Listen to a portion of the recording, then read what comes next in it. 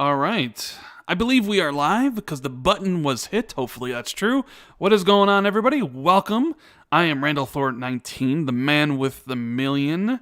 And this is the Xbox 2 podcast, a weekly Xbox show, weekly podcast that I do alongside one of my bestest friends, Jess Corden of Windows Central, who is, I think, having a pretty good day because there was some Pokemon news today, which he begged me to watch, and I was like, I'm not falling for this trick again. I'm not doing it. You got me to watch the Nintendo Direct. I'm not watching this Pokemon Direct. What is going on, Jess? Man. Oh man. It's all good. I'm a little bit, I don't know, flustered is not the right word. I feel a bit discombobulated, let's say, because today, Rand, I had the Bill Gates scary vaccine. And I now have a direct connection to Azure via my brain, and all hail Bill Gates, the ruler of the universe.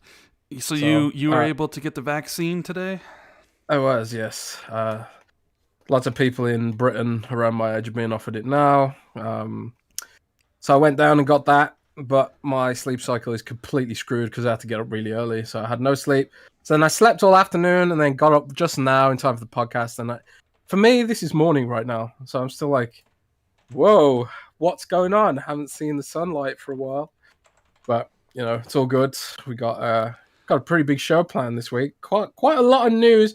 Maybe not all Xbox news, but there was quite a lot of stuff that went down. And obviously, the competition is something important to consider when thinking about Xbox. There's always something going on in the video game universe, the video game industry, right? Like always something. And today, I mean, this week was pretty eventful. A lot of things going on. But I got to give a big shout out to RA89 for becoming the newest member of the channel. Thank you for supporting what I do here on YouTube. Enjoy the emotes and the channel badge. And the Scarecrow already coming in with the hot super chat. Good morning from Australia. Tuning in live for the best duo for Xbox and the amazing chat. Well, thank you. It really does make me happy to see people, tuning in from all across the world. I'm still surprised that, people listen to us, let alone people from different countries want to hear me and you talk about Xbox and video games. It's honestly it's very flattering, and you guys basically power the channel. I mean, we do the show for you. And I think when me and Jess first started this, we never thought it would, get as big as it did, right, Jess? We just wanted to do it because we thought we had some good gaming conversations on Skype that we thought would be interesting for people to hear. So, thanks for everybody for being here. I see my buddy Nick Marcel's in chat. Sorry for I talk to Nick all the time, right? Me and Nick are friends. I kind of ratioed him on Twitter the other day. Which I apologize for. That wasn't my intention. You ever the whole thing with Twitter. You know what I don't like about Twitter is I hate the quote retweet. I hate when you're talking to somebody and then they want to send their followers after you, so they quote what you said and then you reply to them in the quote retweet. Right? I hate that. I never do that. Right? So I was just like, I saw Nick say, hey. Can't wait to play Starfield on my PS5. And, I just replied to him Nick, my buddy, my friend, I think the only place you're going to be able to play Starfield is on Xbox and PC. And last time I looked, it had 600 likes, 30 or 40 retweets, and people were just dunking on Nick about it. And I was like, that wasn't my intention. If I wanted people to dunk on him, I would have quote retweeted him and sent everybody after him. But I was just I was just responding to him, and then everybody jumped on it, and it's just that's one of the things I don't like about Twitter. I don't like that whatsoever. I hate on Twitter, right, when you are because the way you reply to a stranger is potentially different to the way you reply to a friend. And sometimes I'll be doing banter with someone and just joking around, and we're being mean to each other or something. And then loads of people will be coming in, getting all offended and defensive and or defending them or something. And I'm just dude, chill, we're friends. It's just there's so much nuance is lost on Twitter. It really is annoying, but Are you gonna be using those super tweets? Have you seen? Oh Have you my seen god, the super followers. Oh man, like I saw that and Yeah, I just cringed, dude. I just cringed because I know exactly what it's going to be used for. It's going to be used for people who have a massive audience already to get some of their very impressionable people to follow them to get extra tweets, right? But in my mind, what it's really there for is kind of like OnlyFans, right? So Oh yeah, definitely. and when I say this, I have no problem with OnlyFans. I have no problem with people, using their body to earn money. Like, you do what you need to do. I appreciate the hustle. Like, if that's how you want to make your living, by all means, go ahead and do it. If people want to pay you for it, then let them pay you for it. But I think there's obviously on Twitter, there's a lot of nudity, shall we say? You know what I mean? And I can imagine a lot of people using, and suddenly who used to put themselves out there on Twitter will now use it as like, hey, if you want to like check out what I'm posting on Twitter, you got to pay now. You know what I mean? Like I would never. Yeah, there's gonna gonna take like thirst traps to a whole new dimension. But the thing is, it's like from Twitter's perspective, and this isn't necessarily gaming, so let's not spend too much time with this. Yeah, I know. But from Twitter's perspective, there's a lot of people that are already doing this. They're already like charging people access to their Twitter accounts. Like if there's like a secret Twitter account for my Patreon subscribers and stuff, you have to be approved and verified as a donator on Patreon, and then I'll let you in. A lot of tech leakers do this. They have like locked accounts with like hundreds of thousands of followers, and the only way to get access is through Patreon. If you're Twitter, why let Patreon have that money? Why not just take it yourself?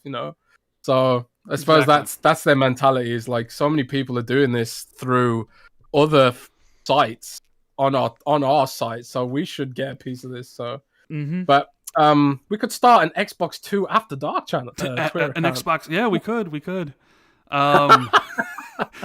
Georgie says, on Sony Japan dying, Jez, Beth can get canceled. We'll talk about the Sony Japan thing probably a little bit later when we talk about all the PlayStation news that came out this week.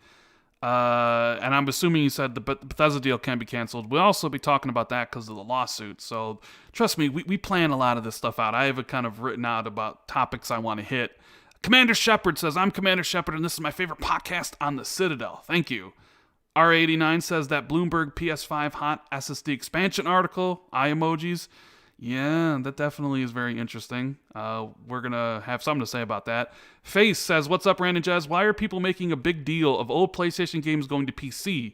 If Sony games was day and date on PC, then that would be a mic drop. Question is when or if Sony does day and date.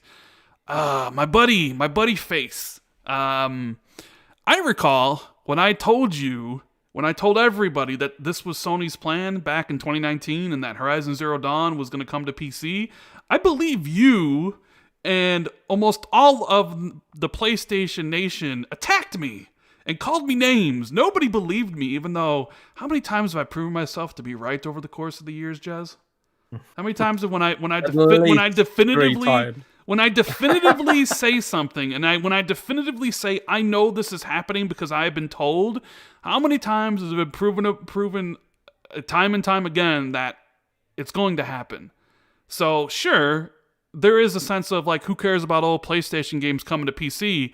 But back in 2019, back in 2018, that wasn't what people were saying. People were saying Sony would never do that. And yeah, we'll talk about that. Obviously, are you saying that people moved the people changed? Yeah, people change their opinions when they see that the reality facing them is also shifting.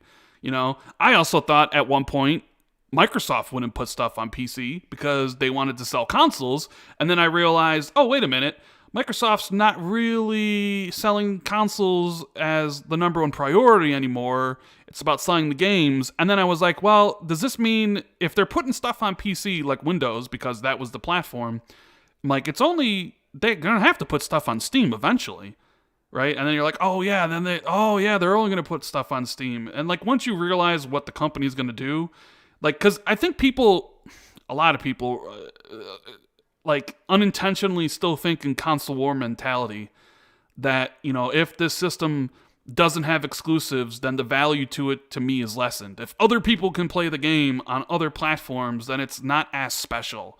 When in reality, like, the PlayStation and the Xbox are literally a consumer product that you go to the store and you buy. There's nothing special about owning one. You're not in some badass club that you have the secret handshake to, where, like, oh man, like, nobody else is a PlayStation or Xbox fan. Like, you got to be something special. It's like, bro, you literally go to the store and buy it. There's nothing special about owning any of these things. And wait, they didn't teach you the secret handshake? well, I'm just saying, a lot of people, every time I get on Twitter, like, especially with the talk with exclusives, there's this like, people treat ownership and exclusivity of titles like it's some sort of like a secret club. Like, you can't enjoy PlayStation games unless you're only on PlayStation. You know what I mean? Like, you have to be super hardcore, and it's just like, yo, that's not how it works, man. Johnny Six says, "Hey Rand, will you talk about the politician that wants to ban violent video games?" Actually, I didn't actually have that topic, so you know what? Yeah, we will. Violent video games or GTA ban, because yeah, that's stupid. That is very, very stupid. I can't believe we're going down that road again here. Like, and I saw your tweet about it, Jazz. You're like, hey, humans have never ever been violent. Before the invention of video games, we were just a very peaceful society. Nobody ever died from murder. There were never things like war. Just totally super chill. Until Grand Theft Auto, I love the correlation that there is a human being out there who thinks that someone is influenced by the fact that you can steal cars in GTA, and then they play GTA and think, oh man, I'm gonna go steal cars too. Like that's somehow connected. Like, what? I just, oh man, we could talk about it later, but Humdrum so dumb says, were you told that Wolf 3 multi? You kind of flip-flop. No, I was not told Wolf 3 would be multi. That was my own speculation based on a scenario that I could see Microsoft doing. I haven't been told anything about Bethesda, so, or have I? Wink, wink. Mine and Jez's whole speculation about whether the games would be exclusive was that's just it. Just our speculation. I thought there was a possibility that Wolfenstein 3 could be multi-platform because Microsoft wouldn't want to be seen as the bad guy and remove the final chapter of a trilogy off of PlayStation that had a continuous story. Nobody whispered in my DMs or on the phone and said, Rand, Wolfenstein 3 is multi-platform. Don't tell anybody. That never happened. Wow, Rand doing some gamer ASMR. I know. I'm not as good as Miles at the ASMR stuff, though. So, Jez, did anybody tell you that Wolfenstein 3 was going to be multi-platform, or was that just your own speculation you made up in your head to write an article on Windows Central about?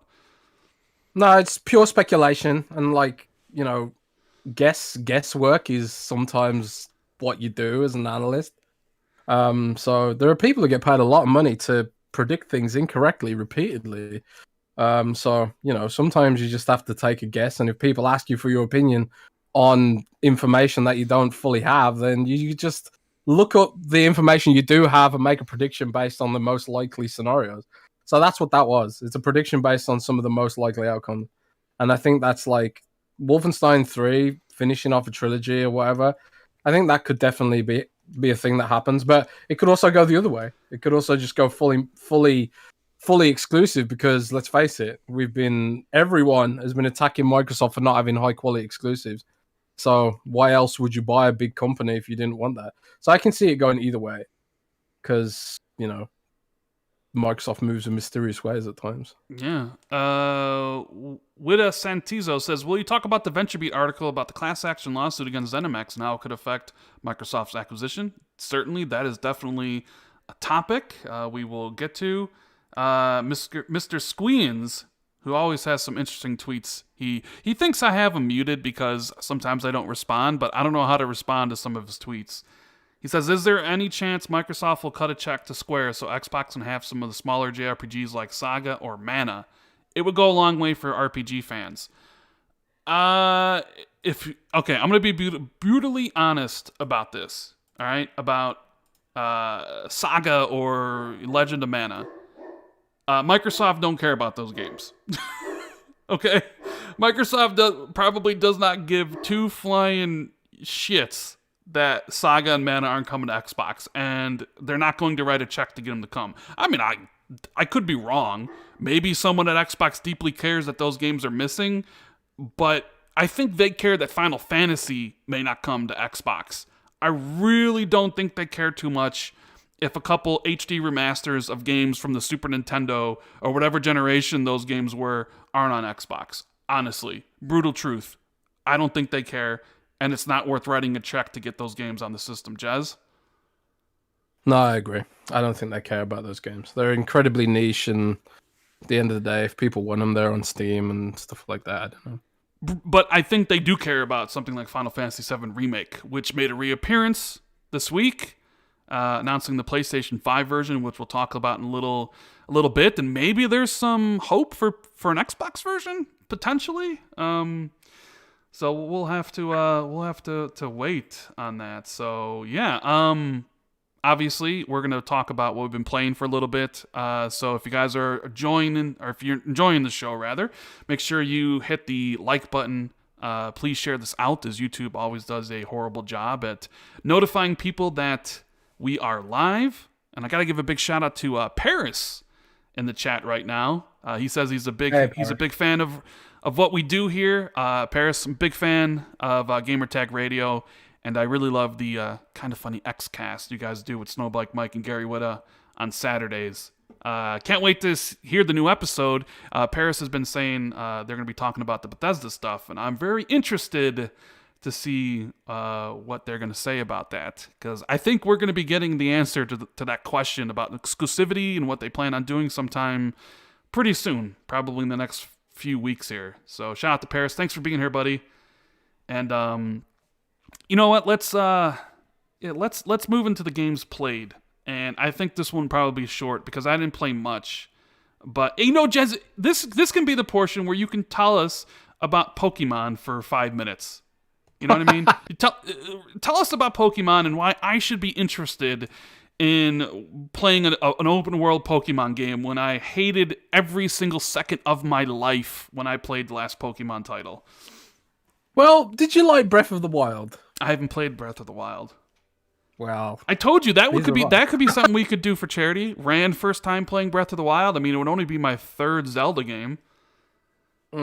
You know, maybe give me a title that actually, might want to play. Like Pokemon, we're not, but Zelda, potentially enjoy it. You know what I mean? Maybe Super Mario World or something. Like, give me a game I might actually like. You know? Yeah, maybe. I mean, we should look at doing that at some point. Do like a 24-hour stream of some game. I don't know, but I won't go into it too much. But Pokemon announced an open world Pokemon that people are calling like Breath of the Pokemon or Pokemon of the Wild, because it looks kind of like Breath of the Wild, open world, grassy plains, that sort of stuff. And also they announced Diamond and Pearl remakes from like ages ago. You know, I've come to accept something, Rand, about Pokemon. I don't play them because they're super fun games. I play them purely because of nostalgia. Okay. And I think that's like something that some Pokemon fans maybe wouldn't want to admit to themselves, but I do think that's what it is, probably. I'm just in that age group where I grew up with this whole craze. Like, you're slightly older than me, so you were slightly too old to have experienced this craze, but it's all nostalgia, man. So it is what it is. But other than that, man, I've been playing a crap ton of Minecraft Dungeons because they finally added pretty robust, interesting endgame features to it. Did they add like next gen support? Like, is it updated for Series X and S and PS5 yet, or is that because somebody told me that and I wasn't sure if that was true? Yeah, it is. It's updated for, I don't know if it's updated for PlayStation, but it's updated for Xbox Series S and Series X. It goes up to 120 frames per second on the X now. I don't have a 120 hertz panel, so I can't get any benefit from that whatsoever. I don't notice any difference on my 60 hertz TV unfortunately, because it was already 4K 60. In fact, the update introduced some frame rate issues, I think, for me. I don't know if that's my TV or something, but I've reported that as a bug anyway. But yeah, it's become officially enhanced. But the cool thing about it is that like all the surplus gear people have been grinding for the past few months, it now has a function. You can like use the gear to unlock a portal to a randomly generated area which has like unique bosses in it, and then the boss has like special gear in it that like they're like versions of existing gear but with like an extra enchantment on them. So like some of the best gear in the game you'll probably find through these ancient hunts, they're called. So it's become a much bigger, more robust game with a more vibrant end game system and gameplay loop. Very more similar to like Diablo, I guess, with the rifts and greater rifts and stuff like that. I'm just like going back and playing some of the DLC that I missed, like the Howling Peaks, which is like all big mountains and goats and stuff like that.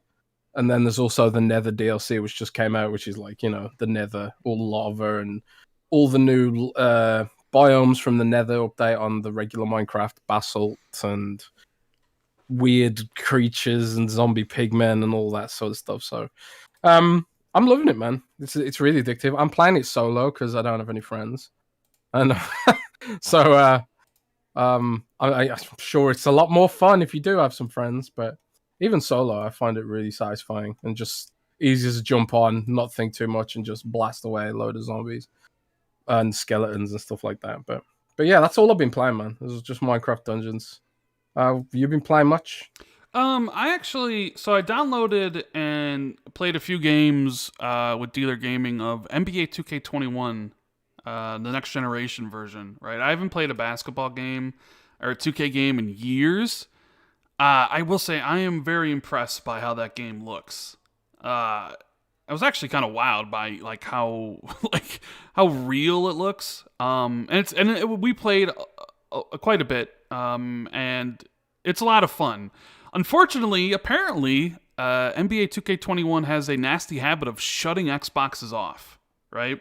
So I was in a party. Is that still not fixed? Yeah, well, they won't even talk about it. That's the thing. I don't understand like what the holdup is. So I'll give you the rundown. I joined a party last night with Dealer, Kid Smooth. Shout out to the best spot.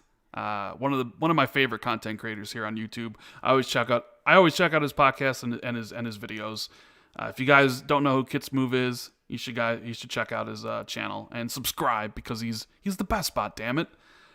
He was in a party with Dealer and Gaming Addict, from the Iron Lords, Lord Addict.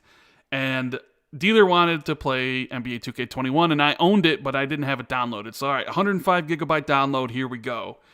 But Kid won't play NBA 2K21 anymore because every time he starts a game in it, it turns the system off immediately, right? Is that Series X? Yeah, Series X. So him and Dealer convinced Smooth to basically start up a game, and as soon as the tip off happened, what do you know? Kid Smooth left the party. Boom, his system turned off, right? And he's like, he hates this. Like there must be something wrong with the system, but nobody's saying anything from Xbox or 2K's side. And then, so I downloaded it, and of course, here I am thinking, like, man, is this game going to ruin my system? I'm just waiting for it to turn off. So we played one game, and we won, and there was no issues. Then we tried playing a second, and that immediately turned off Dealer's Xbox as soon as the tip-off happened, right? And then we played a third game, and everything was fine. Then we played a fourth one, and with a minute left, it turned off his system. So out of the 4 games we played, or tried to play, it turned off. It completely just turns off your system. So did it turn off yours? No, it didn't turn off mine. It turned off Dealer's twice, and it turned off Smooth's right away. So I have no idea what the issue is. Xbox and anybody, nobody's like saying anything about it. So yeah, I don't know. I don't know what it is. I'll write about that this week. We'll get some more balls on that. I know some people are still having issues with like Cold War as well. Shout out to Nick Marcel for the super chat. Thanks, buddy. Sorry for ratioing you. Didn't mean it, man. Yeah. So I played a little bit of that. It's very enjoyable. Although it's a little bit like sometimes when it's like cutscenes, it's like 30, and then it goes to gameplay at 60. So when it changes those camera angles, it can be a little like, I wouldn't say nauseating, but like you definitely see it, and it's just like, that doesn't look very good. But when it's actually playing, it's pretty fun. And I think I played a little bit. I played a few more missions of. I replayed some stuff in Black Ops Cold War, just to see what it was like with 120 hertz, because I originally played the game at 60. So I was like, you know what? I have the game installed because let me just try this at 120 hertz. And I was like, wow, like you don't notice it right away, right? About how smooth games are at 120 frames until you go back to 60. Because I played a mission. I was like, man, this is really smooth, but it doesn't really feel any different than 60. And then I jumped back and kind of replayed the same mission at 60, and I immediately could tell. I was like, I was like, why does this feel janky? Like, why does this feel like it's like stuttering? And I was like, that's where the 120, because it's like 60 feels really good, and it's like when a game goes from 30 to 60, it's a huge jump where you immediately notice it.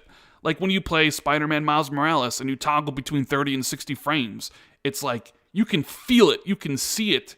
And honestly, I'm probably one of the few people that will say I think Spider-Man Miles Morales looks better at 60 frames than it does at 4K 30, because you get double the frame rate, so you're seeing double of everything, right? I think it looks better. And it's not so apparent when you go from 60 to 120, but it is really apparent when you go back from 120 to 60. Then you can see the difference, and it's just like, man, 60 is not as smooth as it used to be. So, but yeah, playing at 120 is pretty damn cool. It's so smooth, and you won't really notice the changes until you essentially go back to 60, and then you'll be like, oh, I don't want to play at 60 anymore. I want 120. Be jealous, man. I don't have. What do I have? I've got I got a 2020 Q60R QLED from Samsung, because I couldn't physically fit a larger TV in here on the wall, and now they do 120 hertz panels at this size now. So now I'm wondering, like, is it worth me literally upgrading a TV I bought last year just to get those extra frames? I don't know. I don't know if it is. I mean, I had a OLED B8 2018 model, which didn't have 120 hertz panel. Well, it does. So it did. Well, okay. So the B8s can do 120 hertz, only up to like a 1080p or something. And the C series and or the 9 series and then the 10 series had like full HDMI bandwidth where they could do 120 at up to 4K, where the earlier models wouldn't be able to. So you would be able to play it at 120, but only max out at 1080p. But then I think the 9 model, the 9 series and the 10 series are the only ones that have VRR. My 8 didn't. So even though I had only owned that B8 for 2 years, and it was a 55-inch, and I was like, the Series X was coming out and the PS5, and I knew I was getting them, and I was just like, I want a TV that does 120 at full 4K.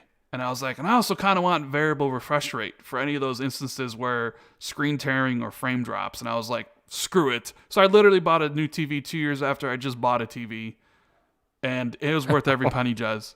Like, and you don't maybe think going from 55 to 65 is that big of a deal, but trust me, it is. It is, especially when you see them side by side. That extra 10 inches is a lot. It almost makes me wish I would have went and bought the 77-inch TV if I had known how like big the difference was between both of them. So, well, there's no way I'm fitting one of them in here. So. Yeah. R889 says deals with Square Enix, Capcom, and Rockstar is the answer to Bethesda Xbox deal from Sony. I think they're going to push really hard to lock games. Potentially. I mean, they're already doing a lot of stuff with Square Enix. I don't know if they're having any deals with Capcom. The rumor is this upcoming Street Fighter title is multi-platform. Rockstar, I mean, they might have like...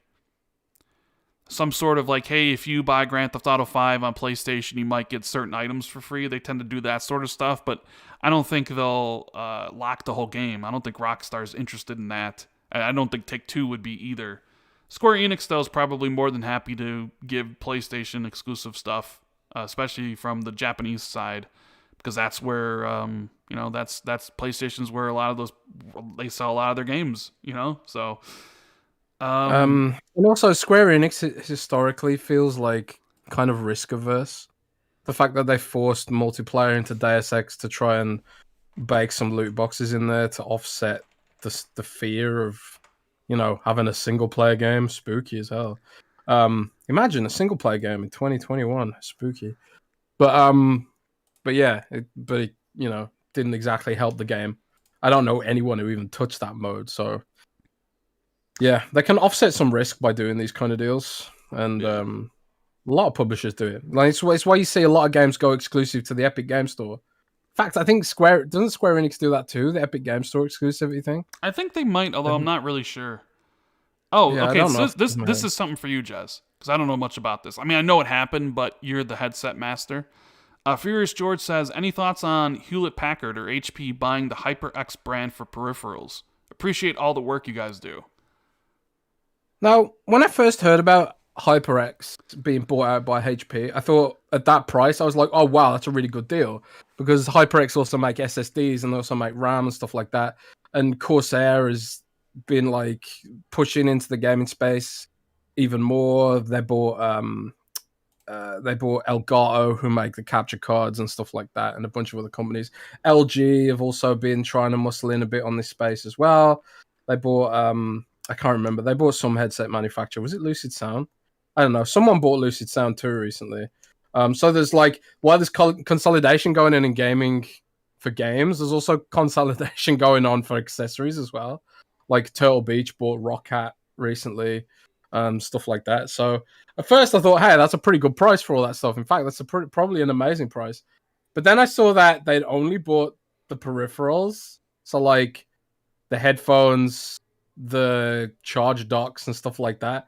And then I was kind of thinking, like, is that really worth it at that price? Because I think they spent like $650 million or something. HyperX makes amazing headsets, and I believe the HyperX Cloud X is one of the best-selling headsets of all time for gaming, because it's just so good at such a good price. But I don't know. I don't know if this will have a big impact on Xbox or anything like that. But it is interesting to take notice of the consolidation that's going on with hardware as well.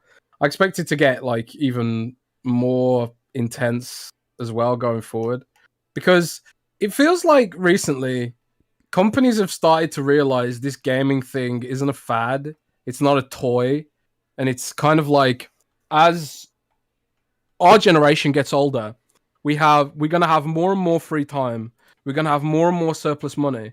When we retire around and we get our pensions, if we don't have an apocalypse or something, we're going to have so much free time, so much spare money.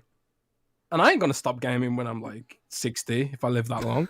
Are you going to stop gaming? I mean, not unless like gaming like goes in a different direction. Like everything is a live service title where I just get like, if every game comes out and it's like Warzone or Fortnite where it's like multiplayer only, I could see that getting a little because even right now, like, even though I was really into Warzone and PUBG, like, I'm not interested in playing it. I mean, I'm sure that won't ever happen for every title, so no, I can't see myself not playing games, I guess. Now, maybe if everything went to streaming, like, if the only way to play games was streaming, I might be like, screw that. But even still, like, love playing video games, so I don't even think that would deter me, you know? Yeah, and by then, Elon Musk will have, like, a blanket Wi-Fi across the globe, so streaming services will be super speedy. I don't know. Let's just imagine for a moment. But I yeah, I think like there's been a realization really that this game stuff's not going away. That's why we're seeing like TV shows getting commissioned. That's why we're seeing like Halo coming to, is it Paramount Yeah, now? what is Quit so Showtime. so the That's going to show that they Paramount. finally announced in 2013 is going to be released in 2022, huh? Yeah, I guess so. 9 years. And not only is it moving from Showtime, but it's actually being pushed to Paramount Plus because they announced, because what the world needs, Jez, is another streaming service. You know, it's exactly what this world needs, and one that really doesn't have a lot of brand name recognition. I'm sorry, I don't really think a lot of people are interested in signing up for Paramount Plus. I don't even think a lot of people even know what Paramount is. Really, Netflix has the cachet and the name brand. Same thing with Disney Plus. Like now you're getting into like Paramount Plus, please. I don't know. I mean, I'm happy the Halo TV show is coming out. I think it's a miss for it not launching around the the launch of the game. I think that's like a complete miss. Like if you were planning that, you'd be like, well, we want the TV show to launch around the game, and that doesn't seem like it's happening. And it just, I don't know, that whole project just seems like 9 years to get it finally finished, and it seemed like, hey, Sony, like, here's Last of Us, and that went to HBO and like got picked up immediately, so much so that like we already have the two main stars already cast for it. I don't know, I want the Halo show to be good, Jazz, but like, I don't know, you know what I mean? I don't know, I'm scared. You don't have faith in a show that was like almost a decade in development hell? I guess this is maybe good. Maybe like the people that have seen it have thought it was good because they shifted it from Showtime to Paramount, and they want to use it as like a driver to get people to subscribe to Paramount Plus or whatever the hell they're calling it. And maybe it means good things for the actual quality of the show. Because I will definitely be watching it. Because my buddy Sam has CBS All Access, which is being renamed Paramount Plus, and I'll watch it then. But yeah, it's just one. It's like, man, they really announced the show during the Xbox One reveal. You remember? 2013. Yeah, my God, it's been a long time. I'd love to write an article digging into the history of that. But it's kind of like one of those things that NDA to hell, no one will speak about it until like 20 years after the fact or something. But it is cool that it's finally coming out, if you're a Halo fan and stuff like that. I just hope it's actually half decent. I mean, I just hope it's good. I will say though, does it upset you that there's no Gears of War TV show or movie? I genuinely feel Gears of War would be easier to put up on the big screen because with Halo, right, there's so much nitty gritty specific lore that fans will be like, oh my God, this isn't right, and that isn't right, and presumably they want to get all those details correct, right? Like, the similarly to Star Wars, like it's really hard to get Star Wars right, but I feel like with Gears of War, because so much of it is left vague, they could like establish it more easily. I really feel like Gears of War would be easier to translate to film, and like you've already got Batista on board, man. I know, right? So bloody well do it, I mean, a Gears of War TV show could be pretty cool, or a movie rather. I'd be interested. But there is that stigma on video game adaptations to movies and TV shows that like they ain't very good. Yeah, what's it called? The Monster Hunter movie bombed pretty hard. Mm-hmm. I'm too scared to even consider watching it, to be honest. Oh man, but what Xbox franchises would you like to see on the big screen? I mean, we're getting Halo, so that's the one I want. That's the one I've wanted forever. A Halo TV show, because there's been other forms of media like Halo comics, Halo books, Halo anime. So finally, a Halo TV show. What else could Xbox do? Well, I believe, now that they're soon to own Bethesda, isn't Netflix rumored to be doing like an Elder Scrolls show or something? A TV show? I think I heard that, yeah. Something like that. I'm trying to think what else they... Yeah, I mean, I'm trying to think of all the other properties that they could leverage. I mean, I wouldn't mind seeing a Gears TV show. I think you could have some pretty cool characters and some really intense moments. Obviously, like, you couldn't have a Forza show. So, No, you could have a Forza show, man, like Fast Oh, and Furious. you know what? I mean, like I was gonna say like Quantum Break because I love time travel, but they kind of did have a TV show to go along with Quantum Break, and it was okay. Uh, I like that. I liked everything about Quantum Break. It really pains me that didn't pan out. yeah, I don't know. I'm just off the. We should ask chat this. Out of all the IPs that Microsoft had for games, is there anyone that you think would translate well to TV? Damien says he thinks Fallout could translate well to TV. Blue Moon Oh says god, yeah. Wolfenstein could translate very well. Would be super cool. Somebody, Chinook guy says Banjo, a Banjo cartoon. Yeah, I guess the Banjo cartoon would be kind Banjo. of what it would be. Hellblade, Emperor Zergi says Hellblade could be made into a TV show. King says Fallout. Yeah, a lot of people saying Fallout in the chat. Have you ever seen The Road? Oh, State of Decay. Mr. J says State of Decay. I mean, a lot of zombie shows on TV. Joe Blow says Perfect Dark, like a spy thriller. That could be very interesting. I hope Xbox is listening to all these great ideas. Yeah. I mean, there already has been a Doom Have you movie. seen The Road, man? I've not seen The Road, no. You should watch that. It's really good. But a lot of people compare it to The Last of Us rather than Fallout, but it is basically full movie. That's how I was viewing it. Yeah. Very depressing.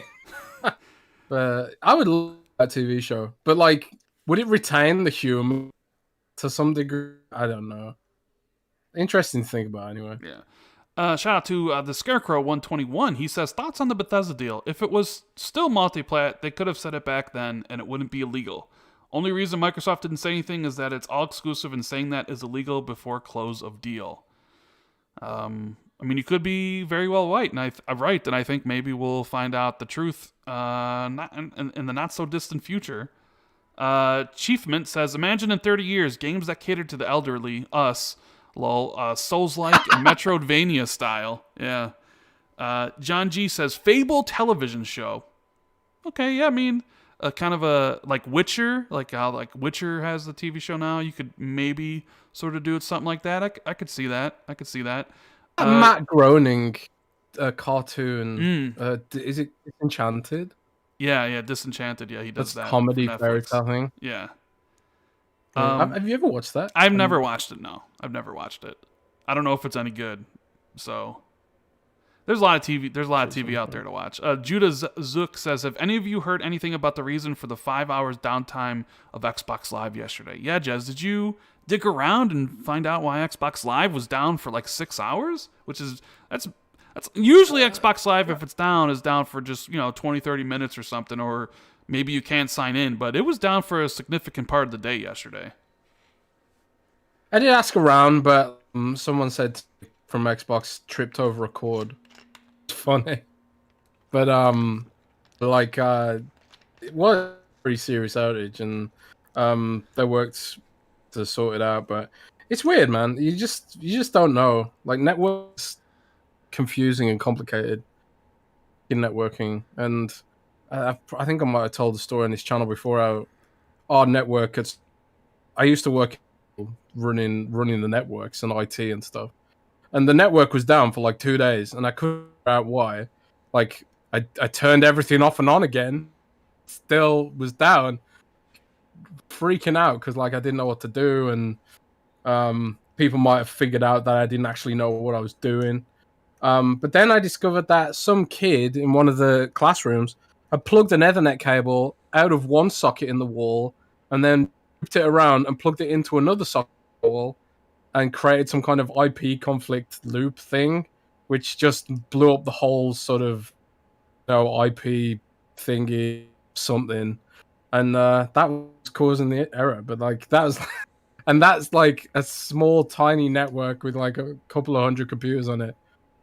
So I have how complicated that stuff is, but I'm sure it's not easy, But at least it's back up now, right? Right. Some people are saying that Fallout's already becoming a TV show made by Amazon. Okay. Wow. I didn't know that. I think maybe that's what I was thinking, because I remember one of the Bethesda properties was becoming a TV show, and I guess it's Fallout. I thought maybe it was Elder Scrolls, or maybe they're doing both. Maybe Fallout will be the Amazon TV show, and then Netflix will do an Elder Scrolls show or something. But it definitely seems like the rise of like game show or TV shows based on game properties is like kind of increasing lately. With the whole Last of Us stuff and Witcher and stuff. And I would imagine those will be successful. I think Halo will probably be successful. So it's just maybe the most successful video game to TV adaptation ever is what? Pokemon. Oh Jesus! I knew you were going to say that. It's true. I don't want to hear any more about Pokemon. All right, I don't want to hear it. I don't care. Shout out to the best bot, Kid Smooth. He says, "Does Microsoft gaming event on 3/23 have anything to do with ZeniMax?" Actually, that is a topic for the video or for the art for this podcast, which we will get into. Jez, do you really quickly? We'll answer Kid Smooth's question with a yes or no. Do you think the event that they announced for the 23rd has anything to do with ZeniMax? Really quickly, yes or no? Even though we'll expound upon it later, but just to answer the question, yes or no? Oh man, you put me on the spot because you like, just people say, will take that as a prediction. Well, no, I don't know. But you can change. You can change it later. You can change. So he doesn't know. We'll talk about it in a little bit. I think potentially no, because I'm expecting the deal to close before then, and if the deal does close before then, presumably we're gonna have some kind of event before then. They've had a long time to think about it, and also what Paul Thurrott said was there's also going to be a Windows event around the same time, and the Windows event is going to entirely revolve around the next version of Windows, which is called Windows 10X, which is kind of like almost like a web-based version of Windows for like sort of really cheap devices. It's their answer to Chromebooks basically. So for me, if they're theming two events around the same sort of theme around the same time, they could both be tech-oriented, not necessarily, or platform-oriented, and not necessarily about games specifically. So I'm gonna guess no on that, but that's just purely a guess. I didn't know that event was even happening. I heard it the same. I mean, I was the one who was told Jez because I was like, "Hey, we're gonna talk about this." He's like, "What is it?" So we'll talk about it a little bit later. Yeah. So, if you guys are enjoying the show, make sure you guys hit the like button and the subscribe button. Share this out. We appreciate all of it. Thank you, everybody, for being here. And let's start getting some of these topics, Jez. We'll start with something small first, which got everybody talking on Twitter, was the tease that the Gears of War account threw out there. I know it got you excited because you, retweeted it with a whole bunch of eyes. Because you're like, yeah, I was like, what are they doing? And literally everybody was like, oh my God, is this a Gears 2 remaster? I really want to replay it. Could it be remastered? Is this a tease of the Marcus Phoenix collection? And it traveled. Like, everybody thought, oh man, it looks just like the box art from Gears 2. It's finally happening. Gears 2 remaster. And maybe it makes a little bit of sense because Gears 2 is not on PC. Neither is Gears 3. Not everything in the Gears franchise is on PC, so maybe you think, well, they got some years till Gears 6. Maybe they do a quick remaster to make Gears 2 look like Gears 5. How cool would that be? Put it on PC, put it on Xbox. And what it ended up being, Jez? Multiplayer stuff. Sorry, I'm too far away from the mic. It's Operation 6 multiplayer season. Isn't it, basically? Yes, Operation 6. Is this so King Omega says you're a liar. I hate you. Ooh. You always get people's hopes up and then disappoint. I guess I'm a liar, Jez. I get people's hopes up and I disappoint them. I'm sorry. I'm sorry if I got your hopes up and I disappointed you. I don't know what you're referring to, but couldn't it be this Gears thing, right? I mean, because I was the one out there being like, let's hold our horses here, guys. Like, I think this is a tease for Operation 6, So, yeah. And Jez, someone's taking a shot at you in a funny way. Dan in Super Chat says, Jez says, I don't know, 500 times per podcast. Yes, I know, he does. It's a vocal filler. You don't want to make Jez feel uncomfortable. Everybody has vocal fillers when they, speak publicly and they want to bridge their thoughts. They don't want to like not have dead air. And one of Jez's is I don't know. It's okay, bro. You know what I mean? It's okay, Jez. It's okay you say I don't know a lot, all right? Rip. I'm sorry. I'm sorry if I brought that up. I don't want to make you feel uncomfortable. I'm gonna say rip now instead. Rip. Actually, I might just say like random Pokemon facts as a vocal filler. That'd be 10 times more annoying, probably. Rip. So yeah, Gears Operation 6. I wonder how many people were incredibly disappointed that it ended up being that, right? Probably I was quite a bit deflated, but after like some people like I think that's Operation 6, I was like, oh yeah, they're probably right. Yeah. So So moving on from that, let's talk about Anthem getting canceled, because we talked about this on the last podcast. There was that rumor that Jason Schreier put out there that EA was going to look at the progress that Anthem had made, and both me and Jez were like, what's gonna happen? I think Anthem is dead, because you just don't trust EA for these type of things. And sure enough, Anthem Next was canceled. And basically everybody was folded into the next Dragon Age, which, positively though, because of the success of Respawn with Star Wars Jedi Fallen Order, they decided to make Dragon Age single player. What do you think, Jez? Well, I mean, it sucks about Anthem because, I feel like Anthem had a lot of potential. I enjoyed playing through it. Like, the flight mechanics are amazing. The combat in general was just amazing. I actually went back and played it recently just to, refresh my memory about it and see if I was going to write about it. I almost wrote about it, but I decided, nah. I think it's kind of like the ship has sailed a bit on this one. But I did go back and play it recently, and I couldn't find a group. Nobody's playing it anymore. So I couldn't get through the dungeon because it requires multiple players, which probably isn't the best, design from the outset, But anyway, it's sort of like, it wasn't a surprise by any means. I was like, we both said that we expected it to be cancelled. But it does suck because I do think that had a lot of potential, and oh well. I guess it's the silver lining is obviously that Dragon Age is now single player. And before there were rumors that Dragon Age had been described as Anthem with dragons, that made me incredibly nervous. At the same time, though, while I'm glad that it's going single player, now I'm nervous that they're going to have to like retrofit the whole game.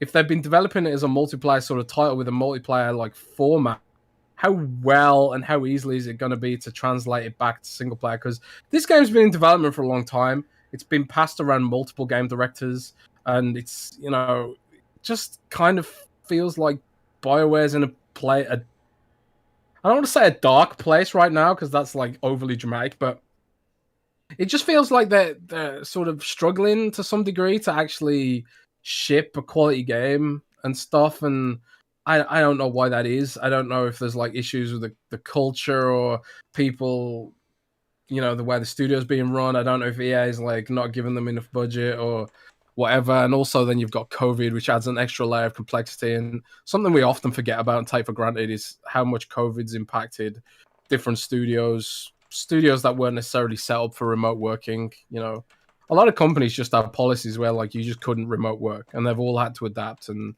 that's like an extra layer of crap that BioWare have had to deal with since the launch of Mass Effect Andromeda. So while I am hopeful about Dragon Age, because like I said last week, Dragon Age is one of my favorite IPs of the Xbox 360 era, and I played Dragon Age Origins maybe more than most games of that kind.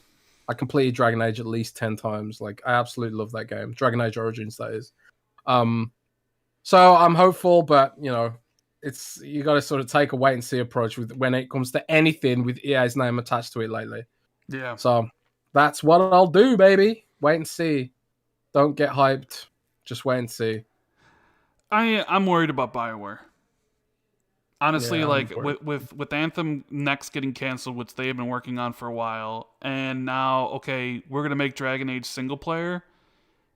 BioWare's best days, I think, are long behind them. And that meme of like Papa EA taking little kid BioWare somewhere on a trip, and then they're at like a gravesite of all the studios that EA's killed over the years. and Oh they my just god, that's so depressing. it is. But like, I almost feel like that's the case for BioWare at this point. Like, I don't know if people really care about Dragon Age in the way that the fans like want them to. Like, the fans love Dragon Age, but I don't really think like the massive audience out there cares about Dragon Age like that. So I can't imagine reaching the levels of, say, perhaps, Star Wars Jedi Fallen Order, right? And BioWare is a big studio, and then I think if Dragon Age underperforms and you're literally doing a sequel to Mass Effect, and if that one doesn't do well, like, I don't know, like, it's a shame because BioWare used to be one of my favorite studios. They were up there with Bungie. Like, they're putting out, like, KOTOR and Jade Empire and the Mass Effect games, the early Dragon Age titles. Like, they were one of those studios where they put out a game, they put out a new title, you knew it was going to be quality. Like, you had no doubts about it. And then, what happened with Mass Effect Andromeda and what happened with Anthem, it's really kind of, it just really is like shaking the confidence that a lot of people have in the studio, which is a shame. So, Yep. I hate that you make a prediction about the future studio because you tend to be right about these things. So yeah. I want to believe that they can make a comeback, but we've seen this kind of spiral with the EA studios before. I'm heavily cognizant of Visceral, for example. Like, they were forced to go multiplayer with Dead Space 3. Nobody wanted it. People were salty, and it went bad. And then EA, rather than be introspective and think, oh, maybe we did this wrong, and then go back to their roots, EA doubled down, made Visceral a Battlefield side project studio, which just made no sense at all. And even though Battlefield Hardline was okay, it was still like, man, why does this even exist, kind of thing. And then we saw Visceral sort of spin out into nothingness. And it's not the only studio EA is killed in that sort of way. What they're called, pandemic studios. Man, their studio name's pretty unfortunate if they're still around right now. But yeah, they killed Pandemic and they killed a bunch of other studios. So I have no faith in EA. I've said that before. Like, that could be my catchphrase about this whole podcast. And I can be pretty negative about hopes for games and stuff sometimes. But with EA, it's on a whole nother level. Like, I literally have when EA announces something, my interest is like 100% wait and see. Can't get excited because EA has just been so consistently disappointing over the years. So I hope BioWare prove us all wrong and they'll bounce back. But, this isn't historically how things go when you're an EA studio. So, yeah, it is what it is. It is what it is. You know what? Let's talk about something that you wrote yesterday. Let's transition to more Xboxy stuff. We're going to get into the juicy topics. Xbox Game Studios, quality, the March event, the state of play, PlayStation exclusives going to PC, Bethesda lawsuit, like all this stuff is going to come up because I just wanted to get some of the smaller topics out of the way first. So if you guys are enjoying the show, make sure you hit the like button. You wrote an article yesterday. Basically was titled like something like, Bethesda isn't enough, right? It was something along those like, Bethesda isn't enough, Xbox Game Studios still has to bring the quality, right? Yeah, it was like, Bethesda's great, Xbox Game Studios not off the hook, though. Yeah. Like, I'm not going to reduce my expectations of... Basically, the gist was, I'm not going to reduce my expectations of Xbox Game Studios just because Microsoft bought Bethesda, kind of thing. Do you think people... All right, so let me ask you this question. Do you think people have adjusted their expectations because of the Bethesda acquisition in the way that they don't care if the quality of Xbox Game Studios titles are bad because they're still Bethesda? Like, is that something you're seeing online when you talk to people? Is that like an expectation that is being floated out there and you wanted to kind of address it in that way? Well, where that article came from was on blogs, you have to do maintenance on evergreen articles. So it sucks for a YouTuber because you can't update a video. You have to make a whole new video. But for a blog post, I can like go and update an article like best Xbox headsets or whatever with the latest headsets that replace headsets that aren't being sold anymore and stuff like that. So I was updating our article, which was like the list of all upcoming Xbox games. So I was going in there, adding like Perfect Dark and stuff like that with CGI trailers and stuff. And I was going down the list, and I was just kind of noticing that all the games that are coming up from Xbox Game Studios are unknown. They're all CGI trailers. And then I sort of like got in my head a bit and thinking about like the CGI trailers we got in the past for things like Recore, which looked really great in the CGI trailer. Phantom Dust 2 looked really great in the CGI trailer. And they give us these impressions of like big budget games that have earned the right to have big budget marketing. Like you never see an indie game have a slick CGI trailer, right? But then the reality of Recore and Crackdown and other games that had these CGI trailers just sort of didn't match what the marketing budget was for some of that stuff, right? And I just kind of thought, well, if we're comparing like Recore's CGI trailer to like Perfect Dark CGI trailer or State of Decay CGI trailer, I was literally thinking mainly of Hellblade and State of Decay, because obviously Xbox has had some big wins with like Forza and Flight Simulator and stuff like that. But I wrote this repeatedly in the article. I'm just speaking for me, right? The games I'm interested in ultimately, Hellblade, State of Decay. Can I allow myself to have expectations for those games, or is Microsoft gonna sort of not budget them and not grow those franchises? You know, are they just sort of like, I don't want to, you know, there's a whole meme about games being like Game Pass fodder or releasing in sort of like an early access sort of state. Like Minecraft Dungeons Minecraft Dungeons is great, and I played it a lot, hundreds of hours played in that game, or about 150 hours maybe, give or take. And it was made by a team of like 20 people, right? Surely, if Microsoft had invested more into Minecraft Dungeons, double the size of the team, the end game systems we have now, 6-7 months after launch, or however long it is, they could have been in there at launch, and the game would have launched in a more impressive state and instantly earned the sort of recognition that it's getting now. And I kind of felt that way about Sea of Thieves as well, although, you know, the argument could be made that Sea of Thieves was developed with the community and the features were, you know, following fan feedback and stuff. But World of Warcraft does, you know, a closed beta for that kind of thing, you know? World of Warcraft like has like 6 months of beta tests for their expansions before they launch them, so they can test those things and deliver those kind of endgame experiences from the outset. Like, I just want Microsoft to function like other AAA studios, you know? Because oftentimes I just feel like I can't let myself get too excited. Now, I've had like an existential crisis since I published that article. An existential crisis? What? Yeah, a little bit, yeah. Because like I saw a lot of people agreeing with the sentiments, and they're all sort of, you know, they're all sort of people like us who are like really into the community and the gaming and stuff, and we follow it intensely. And the whole narrative of Xbox not being able to deliver quality exclusives is something that the media bangs on about. We bang on about it and stuff like that. And then I was thinking, like, am I just becoming jaded? Do I just like have unrealistic expectations now and stuff like that? And do we hold Microsoft to a different standard because they're $1 trillion market cap company? Because, like I said earlier, I play Pokemon, which looks like a PS2 game, for God's sake. Pokemon Sword and Shield runs at like 20 FPS sometimes, looks like a PS2 game. And I sort of think like, well, I play that 95% because of nostalgia. But then at the same time, I think Sony is delivering those experiences that get critical acclaim and have like super polished everything, photorealistic graphics like God of War and The Last of Us. So am I fair enough in my opinion, or am I becoming jaded?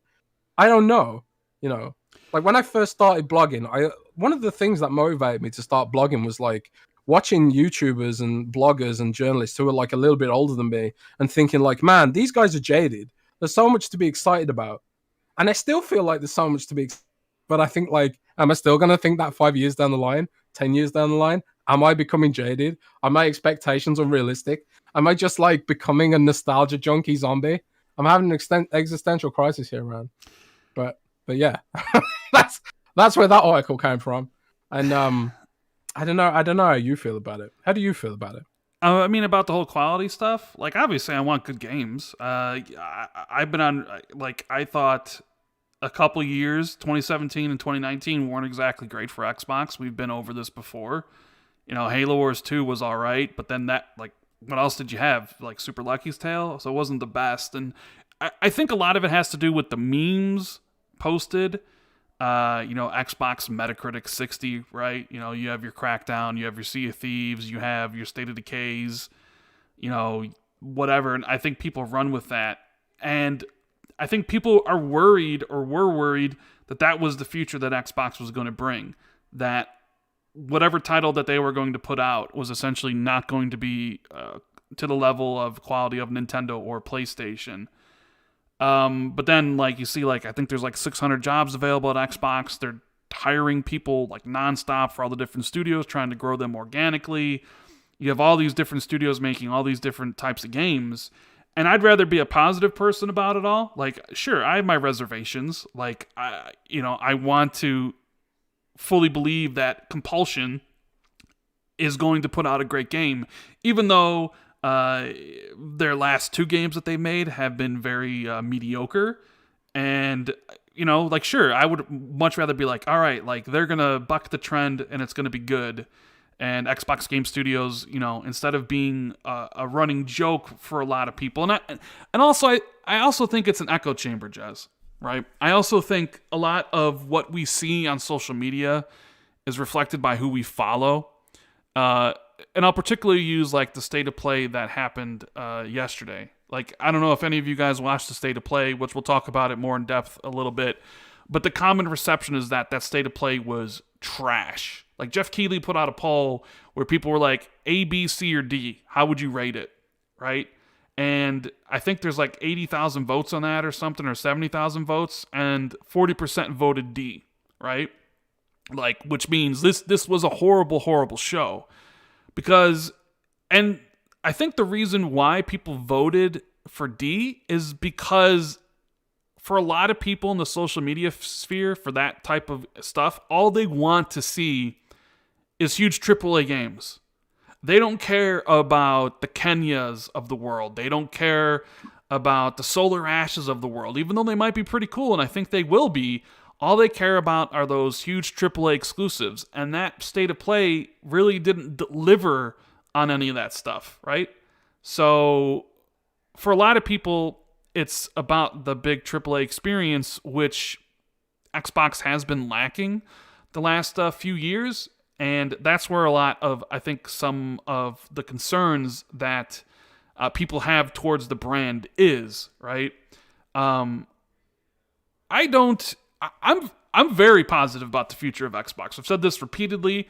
I think this is going to be the best generation that Xbox ever has in regards to all the titles that will become, like, you'll have more games to play this generation from Xbox Game Studios plus Bethesda than you've ever had going back to the OG Xbox and even the 360. Will some of those games not be good? Yeah. Not every game that all these companies make ends up being good. Of course, there's going to be titles that they produce that aren't going to hit the mark. And for whatever reason, maybe they're just not fun to play. Maybe the gameplay isn't good. Maybe the studio making it isn't the best. You're going to get your stinkers, right? You get your stinkers everywhere. It just happens, right? Not everything can be amazing. But I honestly do expect Ninja Theory to put out amazing content, Obsidian to put out terrific games. I'm expecting the Initiative's Perfect Dark to be fantastic. You know, like looking at the Halo Infinite stuff, letting them have the extra year to make that game. I think Halo Infinite, I'm not saying Halo Infinite's going to come in at like a 95 Metacritic, but I have a feeling like Halo Infinite is going to be received very well. So I think the future of Xbox and their game studios is, I guess you can say I'm giving them the benefit of the doubt. I think they're going to deliver this upcoming generation in ways that they haven't delivered in quite some time. But I understand people who have their reservations about it. I understand people being like, you know what, I've been burned before. I'll take a wait and see approach on this. Xbox has to prove it to me. Like, I understand people wanting to do that. But me, it's just like, I'm kind of like at this point where it's just like, I kind of trust what you're doing. I think you have everything in order, and just pretty much give me the games at this point and let the chips fall where they may. And I think they're going to fall in some good spots. But that's just me. And if Xbox does come out and the games they put out aren't very good from game studios, I'll be the first one to criticize them if that's the case. But I think they're going to. I think they're gonna. I think they're gonna rocket this gen, Jez. I think it's gonna be really good. But I understand your concerns, though. No, I ended the article by saying like I believe they're gonna do well, but at the same time, it's kind of like, how much excitement can I put in? But then I think maybe that's just a me problem. Though. I'm excited in general for just gaming. Period. Like, I know I don't really care too much for Nintendo, and that's on the side. But like, I look at the games that are going to be coming out, and even though I do think 2021 is going to be light on content, I think there's going to be a lot of games that get delayed, and we haven't seen the impact of COVID yet, really, truly. I still get really excited when I see new trailers for games, when I see gameplay for stuff, when I look at the studios that Xbox has, and I'm like, okay, I think all this stuff is going to be cool. When I look at PlayStation, I'm like, man, some of these games that they're going to be put out, like, I still get really excited about the games I'll be playing in the future all the time. I wish I could feel that for Nintendo. I honestly do. I feel like there might be something wrong with me when I look at Nintendo games. Like, someone sent me a trailer for Super Mario World 3D Bowser's Fury. Was like, doesn't this look super cool? So I watched it and I'm like, not really. Am I wrong? Like, I don't know. Am I wrong? Well, that's the thing. It's like you speak about echo chambers, right? If you're a racing game fan, you probably love Microsoft right now. If you like flight simulators, you probably absolutely adore what Microsoft's doing. So like there's definitely an echo chamber. But it's also true that not everyone has to like every genre. And I think for me and a lot of the audience, when we talk about Xbox Game Studios quality, we're often thinking about your action games that haven't always panned out for Microsoft right now. But it is true what you say, that there are like a lot of games that Microsoft did do right. And I will say one thing about Xbox versus a lot of other publishers, especially some of the big ones. Even some of Microsoft's like quote unquote worst games that they released last gen, I always have fun with them. I even had fun with Crackdown while I was playing it. See, that's where I disagree with you. I didn't have any fun playing Crackdown. Like, I maybe had fun for 2 hours. My problem with Crackdown was that game was just boring. That game was literally like, once you realize that like the events that you did just circled around the map in the same way, and you basically do the same thing, I was just like, see, dude, I just ignored all that. I was just literally throwing cars around the whole time. Yeah, but I mean, that's like, I don't know, maybe I don't want to. Maybe this. Maybe I'm more simple. Maybe I don't know, but like to me that was fun in 2007, right? Like when it was the first time you did it. Like Crackdown. I never played the others though. Well, so for me, I really liked Crackdown, the 2007 version, because like that was a game where you could do all that stuff, and there was a bunch of open world games finally coming out that let you do whatever. So like to me, it was like, okay, what's the improvement? What are you doing different in this new Crackdown? And it was just the same exact thing that I did in 2019, but it just looked nicer. You know what I mean? Like I wanted something, a new fresh take, not the same game, just in a new paint of coat, or a new coat of paint rather. You know what I mean? For me, at least. I mean, I know other people differ, like our buddy Special Ed, who finally, he's out there. He's an insider now. He said Final Fantasy VII Remake would come to PS Plus a couple days before, and he was right. So we can no longer call him mediocre as Jez. We got to retire that. He got something right. Okay. He's Insider Nick now. You know what I mean? Insider Nick. He loves Crackdown, and he's wrong, but he says it's amazing. I mean, everybody's entitled to their opinion, even if it's wrong. But like even like Recore, I played through Recore completely, and I had like a lot of nostalgia for that third-person action platform thing. I know a lot of people hated the last level, with the circles and the hoops and stuff. But I actually really enjoyed it. Like I really enjoyed the last level, and I went through that game thinking like, yeah, that was a good $30 game, and I completely, I'm on board with that. And I could see the way this could grow and become more varied and interesting, like the way like Breath of the Wild is, maybe with sort of intersecting mechanics and stuff like that. But wasn't meant to be, and like Quantum Break too. I absolutely adored Quantum Break. Like Quantum Break's in my top 10 games of last gen, personally. But again, didn't pan out. I just hope that I just like want the games that I want to be good to be good. I know Forza's going to be good. I know a Flight Simulator is going to be good. I know like where Microsoft's strengths are. I expect Age of Empires 4 will be good, but there's just those other games. Understandable, and you're entitled to your opinion. You wrote the article. You have the platform on Windows Central. You have questions, even though you feel Xbox is going to do pretty bang up job this generation. You still have doubts. You still like, you know what? Show me, right? Don't tell me, show me. And I understand like your talk about like the CGI trailers. Do the CGI trailers set unrealistic expectations that when they finally show what the game is, people are disappointed? Like you take Halo Infinite, for example. We go back to the July game showcase, and everybody was disappointed with how the game looked. Mainly also because you had two other trailers preceding it where it looked completely different.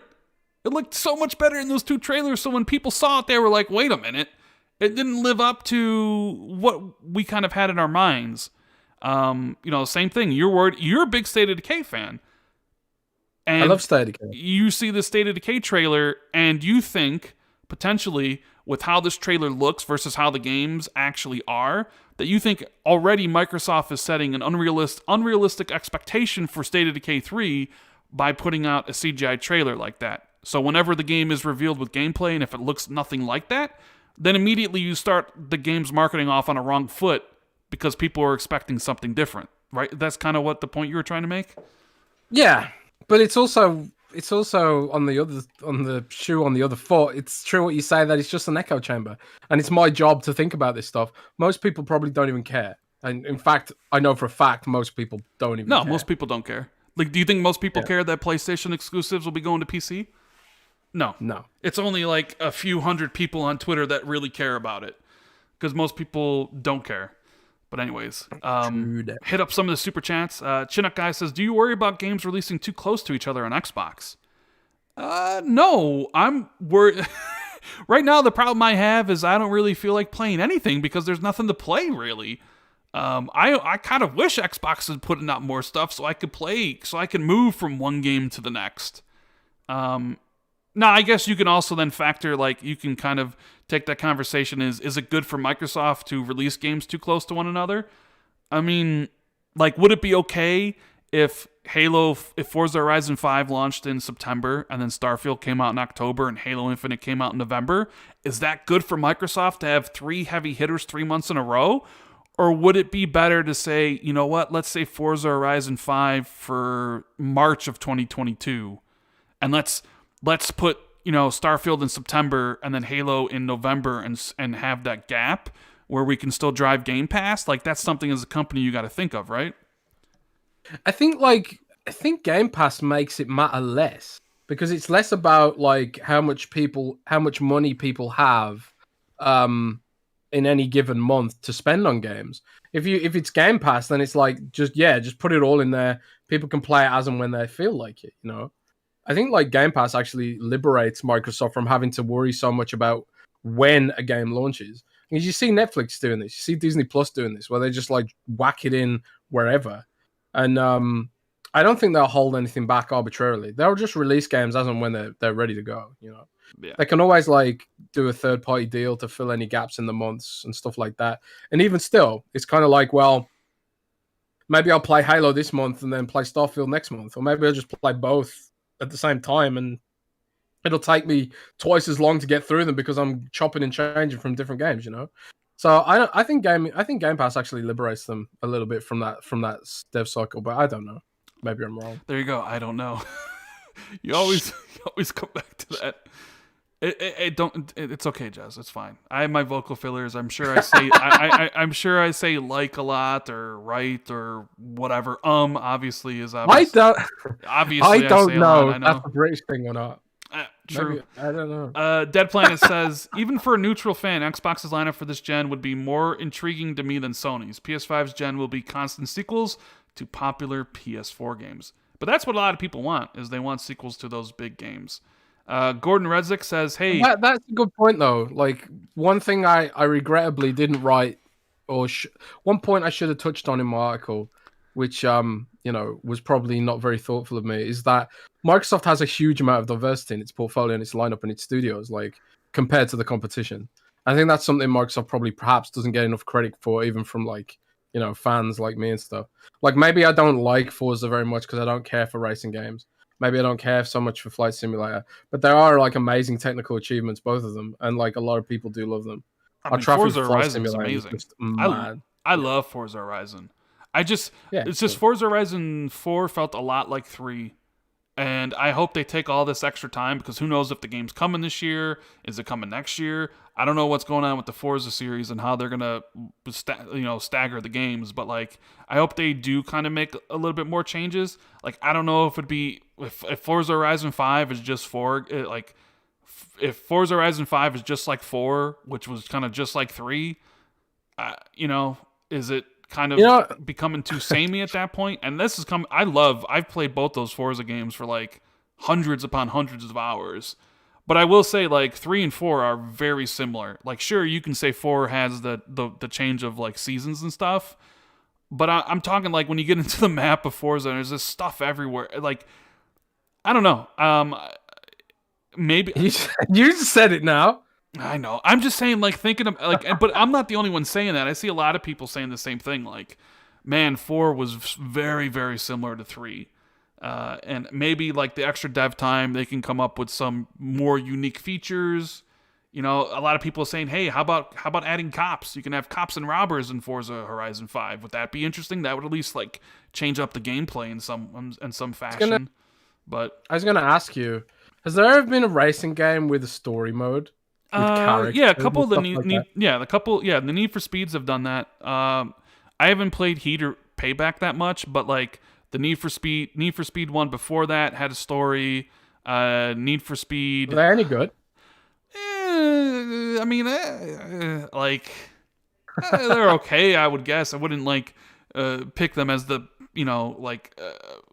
shining star of story based games, but it's something different though. Forza's whole thing is like, hey, you're about to conquer the Horizon Festival, and it's been the same ever since the first game. And I don't know if people are getting sick of that. Maybe the how to spruce it up is adding some sort of single player, So we'll see. We'll see what they do. Playground's a great studio. We'll see what they have in mind. Gordon says, Jez Rand, great show as always. Quick question: do you guys ever get motion sickness in first person games? For me, Call of the Sea just wrecked me. Also, Desperados 3 equals game of the year. I think you liked Desperados 3 a lot, didn't you, Jez, when you played it? Yeah, Desperados 3 is absolutely incredible. I absolutely love that game.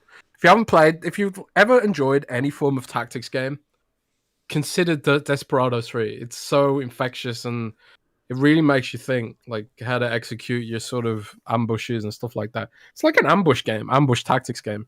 It's not turn-based like Gears, but it's like you set up ambushes and it's like a stealth tactics game. It's really cool, but with cowboys. First person So yeah, motion sickness, Jez. He says he no, gets sick and Call of the Sea.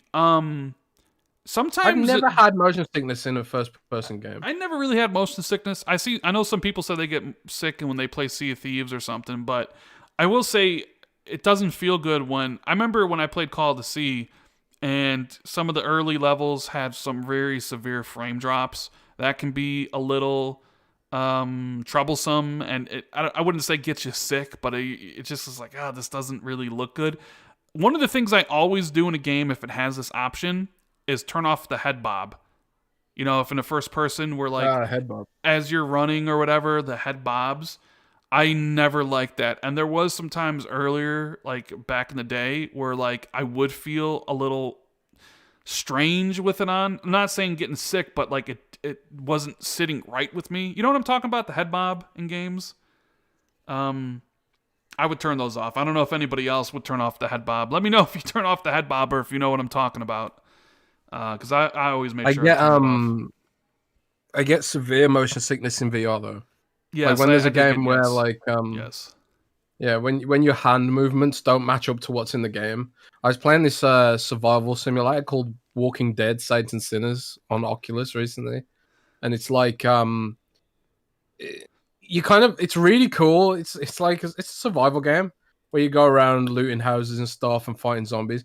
But the way you can kill zombies with melee weapons, like your weapons get like stuck in their brains, and then like you have to like wrestle the axe out of their skull.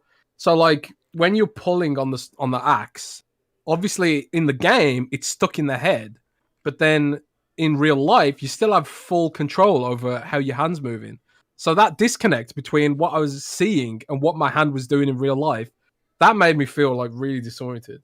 So I could only play that for like a couple of hours before I just was like, nah, I can't do this anymore. It's too fatiguing. Minecraft was also like that, Minecraft VR. So, but yeah, my mom, when I used to play Sonic as a kid, and you know, like if you remember Sonic 3 and Knuckles, you could run. There were some parts in that game where you could run so fast that the screen moved, and it was almost like Sonic was like too fast for the screen's camera. My mom used to get motion sickness and complain just watching me play that from the TV, which is funny. Right. But you know, everyone's got like different tolerances towards that sort of stuff. Gotta give a shout out to Kofi. He says, "Here's some Canadian funny money. Keep grinding 100." Very interesting press start podcast yesterday, Kofi. I have to say it was very entertaining listening to all the PlayStation discussion about going to PC. It's just I almost said something in chat to you guys because like I remember saying this was going to happen, and all them PlayStation mans jumped me like they jumped you. I remember you talking about it on Twitter and getting jumped all over the place. Some of us are just ahead of the curve. But thank you for the support, Kofi. Appreciate it, man. Z Black Rider says, everyone with anxiety over AAAs, and I'm still playing The Long Dark. I think you love that game, right, Jez? You love Long Dark. Long Dark's one of the best games of the past gen. It's just so good. It's a masterpiece, in my opinion. The boss says, do you guys think the end goal for Xbox is to have an exclusive a month for Game Pass Ultimate? They would probably need around 40 studios for that. I don't think it's realistically feasible for them to have an exclusive a month. I mean, the original report from a couple years ago was they wanted a AAA exclusive every one a quarter, which would basically be, 4 a year, with maybe some of the smaller games spread around it. I think that's possible, and probably even more likely now with the studios they had from Bethesda. Now, if they go and purchase another publisher, like if they purchase Capcom or Sega or another big, like Ubisoft, then you could probably think like, wow, they're going to be releasing games almost monthly at some point, right? But I don't think they have that studio, like the amount of studios yet for that. What do you think, Jez? Anything? I don't think there's enough devs in the industry to fill like a AAA every month. Yeah. So I don't think that's realistic. I think like they want like a tentpole release every month, maybe like a big name older game that comes to the service that you might have missed, or like third party exclusive stuff like that. But I don't think Microsoft's plan is to have 40 development studios. That's just obscene. And that would cost a lot of money because like the big expenditure is like all those people are now on your books. They're all employees. You got to all pay them benefits and stuff. It's not the $7.5 billion to acquire Bethesda that's the big deal. It's the money that they're going to have to pay to the employees for the rest of time, right? Essentially, because each one of them is now going to be employee of Xbox, and how many people did you just add to your employee roster? Oh, that's a lot. It's a lot. I don't know off the top of my head. And that's definitely going to be, forever.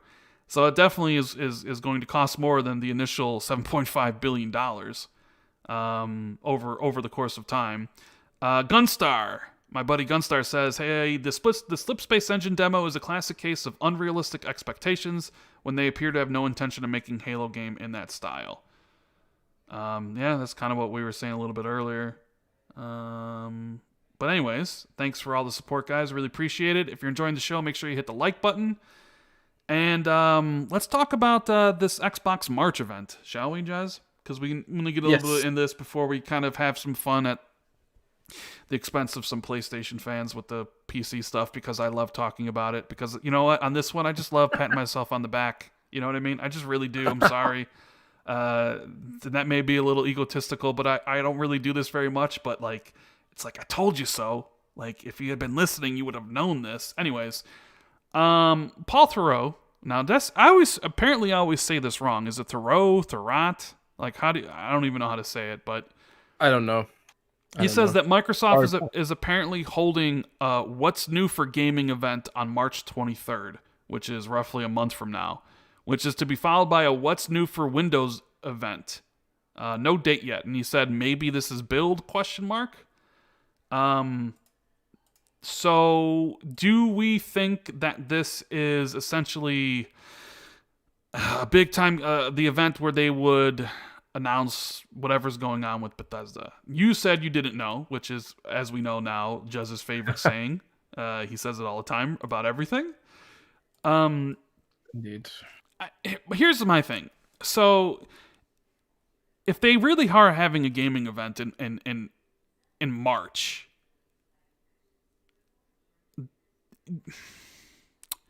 I don't know what to think about this one, honestly. I'm kind of stumped. Because I would think the Bethesda acquisition would be announced before then. And I've been thinking like March 16th for a while. Like that Monday. Let me look at the calendar. Bring it up. Go to March really quickly. Okay, March 23rd is a Tuesday. When this supposed thing is happening.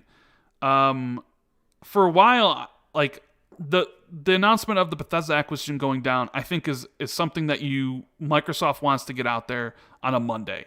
You know, they want that news to be out there for the whole week. So I'm looking at the 8th. I'm looking at the 15th. Essentially maybe the 22nd. But I feel like once it's announced, I also strongly think that there also will be some sort of video going over, hey, let's welcome Bethesda to Xbox. You recall when Ninja Theory got purchased, they had like a 5-minute video. Obsidian, when they got purchased, In Exile, when they got purchased, you know what I mean? They all had these videos talking about the studio, the games they made, what it means for them to join Xbox. And I kind of feel like something very similar is going to happen with Bethesda, and that those videos would essentially be dropped right around the announcement of the deal going through. And I think Microsoft is going to, like, essentially, in my mind, I don't know if this is how it's going to happen, but I can imagine like Phil and Todd Howard potentially having a conversation. They mention Starfield, and maybe, you know, Todd says that we'll find out more about Starfield later in the year, right? And then they immediately address the exclusivity rumors. You know, I think Phil wants to end the memes and end this whole discussion, the whole back and forth about exclusivities. Like, I think I pretty much know he hates the meme that Xbox has no games, that Xbox has no exclusives, right? He wants that to end. And you buy Bethesda, and the conversation isn't that like, oh, these games are going to be exclusive. It's like, oh, it's multi-platform. I think he just wants to put an end to that discussion. I mean, I could be wrong. But I think he wants to make it once and for all like the Xbox has no games narrative is dead. The Xbox has no good exclusives, dead. Those are just dead and buried forever.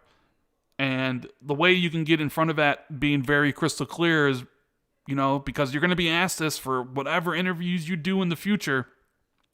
Hey, our plan is all these games are exclusive, unless otherwise noted. You can add that caveat in case something happens in the future. But pretty much every game is going to be exclusive. You pretty much come out and say that. It's a big moment.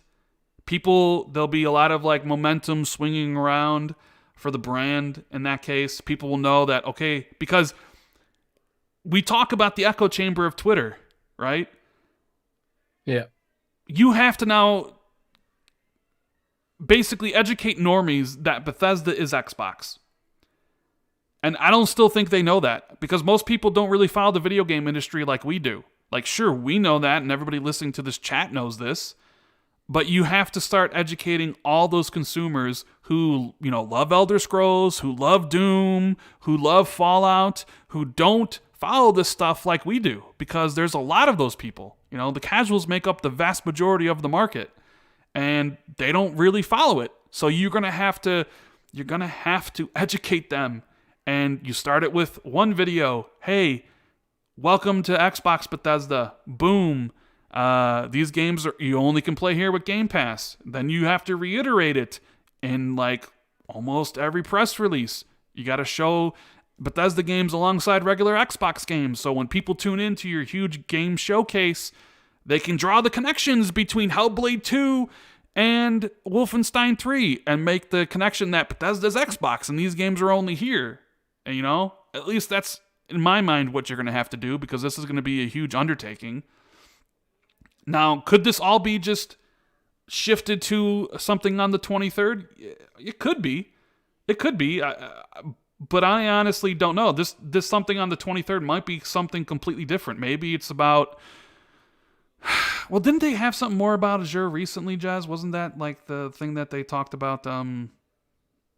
like last week with Phil and them talking about the cloud gaming and how they were going to buy Death Stranding because he had the little Kojima doll next to the Xbox logo and stuff, right?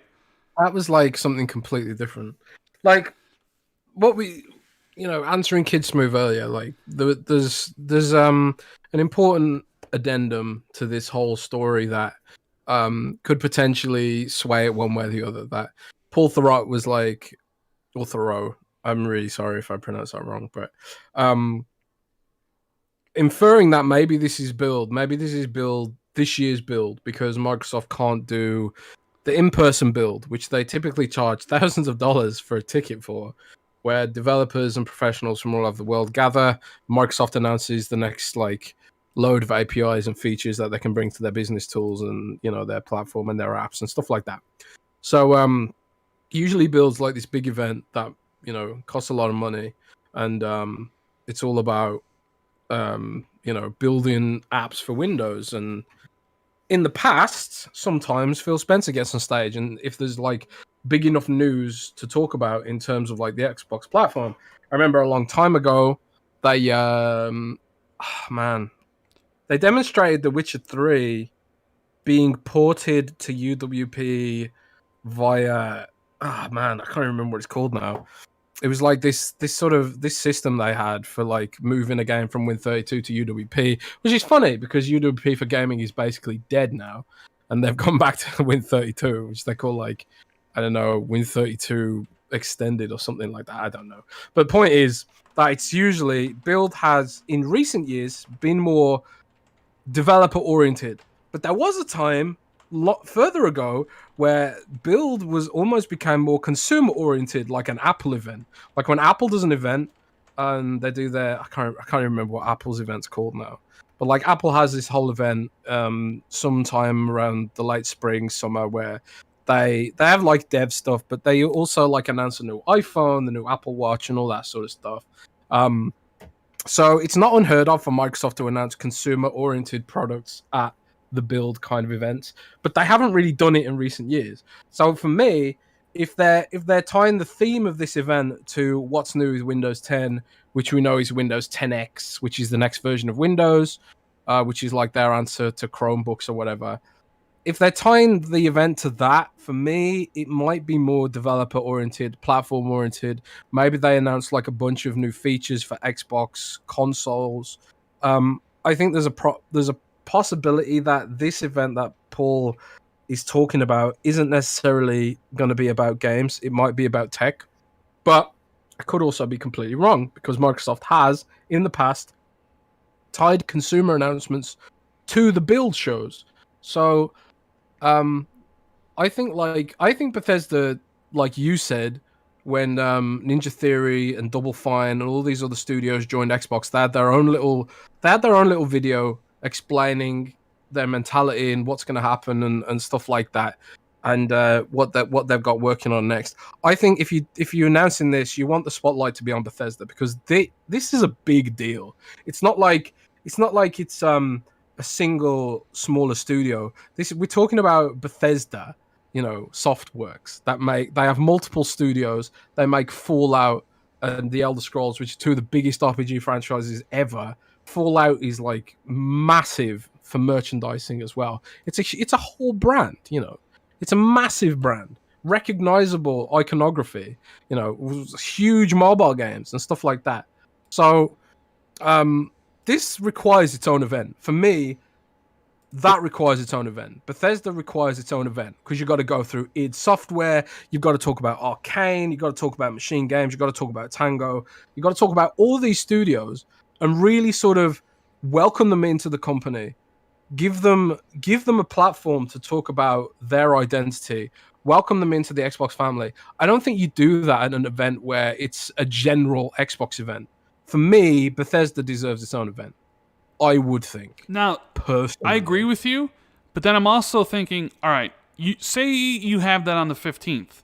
You could also have something on the 23rd, maybe more of a spring showcase, showing you some of the titles that might be coming early in the year, pretty much like what Sony just did with the State of Play and what Nintendo did with their own Direct, where then like, hey, here's some updates on The Ascent, here's some updates on Scorn, here's the release date for Psychonauts 2, here's maybe some announcements for Game Pass. It is possible that they could do something like that. You know what I mean? As for like what's new in gaming, I mean, I'm just thinking off the top of my head, like both Sony and Nintendo did have early in the year events, and you don't necessarily need to do like you could have the Bethesda thing separate, and then the week before just keep the the announcements rolling, and then talk about some of the titles that are coming to Xbox, in the first half of the year, and then do the bigger event in the summer. You know what I'm saying? Maybe they could just do both, man. Maybe they could have a spotlight on the studios and maybe not talk about the games, and then maybe talk about the games in a sort of like state of play kind of format, or like a Nintendo Direct. There's a lot of ways they could really do it, but I really do think Bethesda needs its own. It needs its own platform. Well, you know what we need?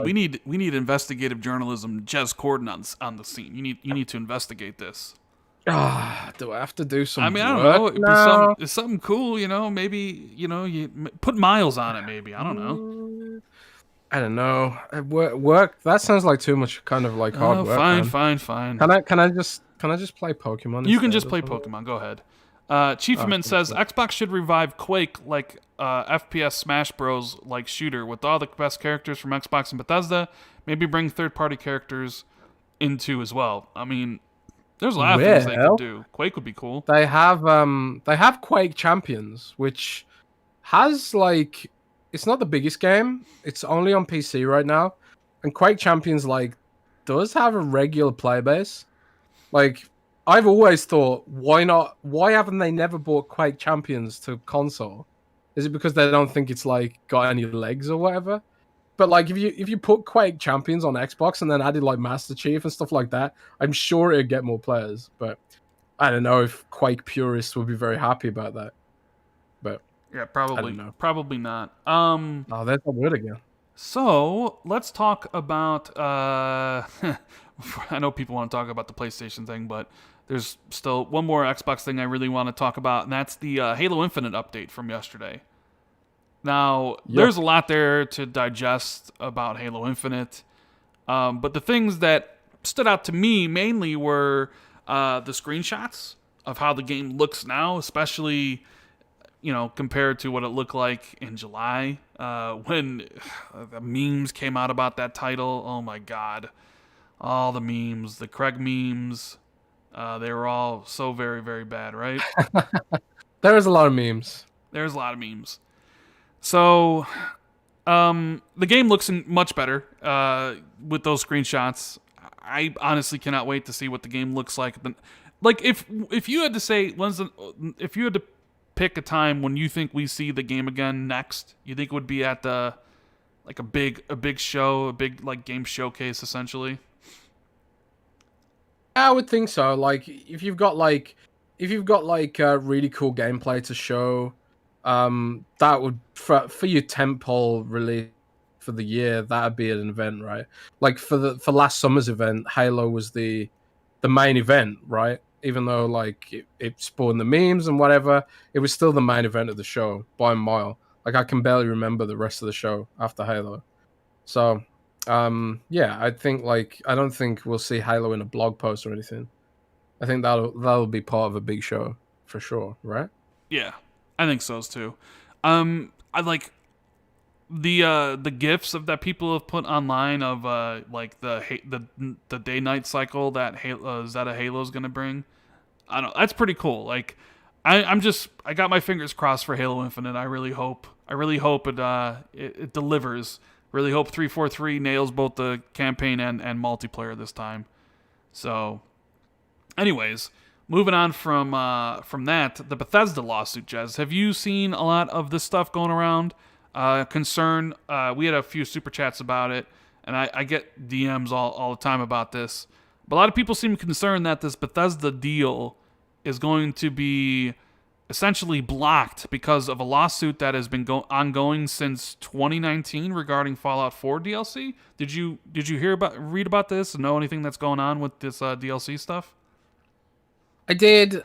I don't fully know or understand what the hell the lawsuit alleges.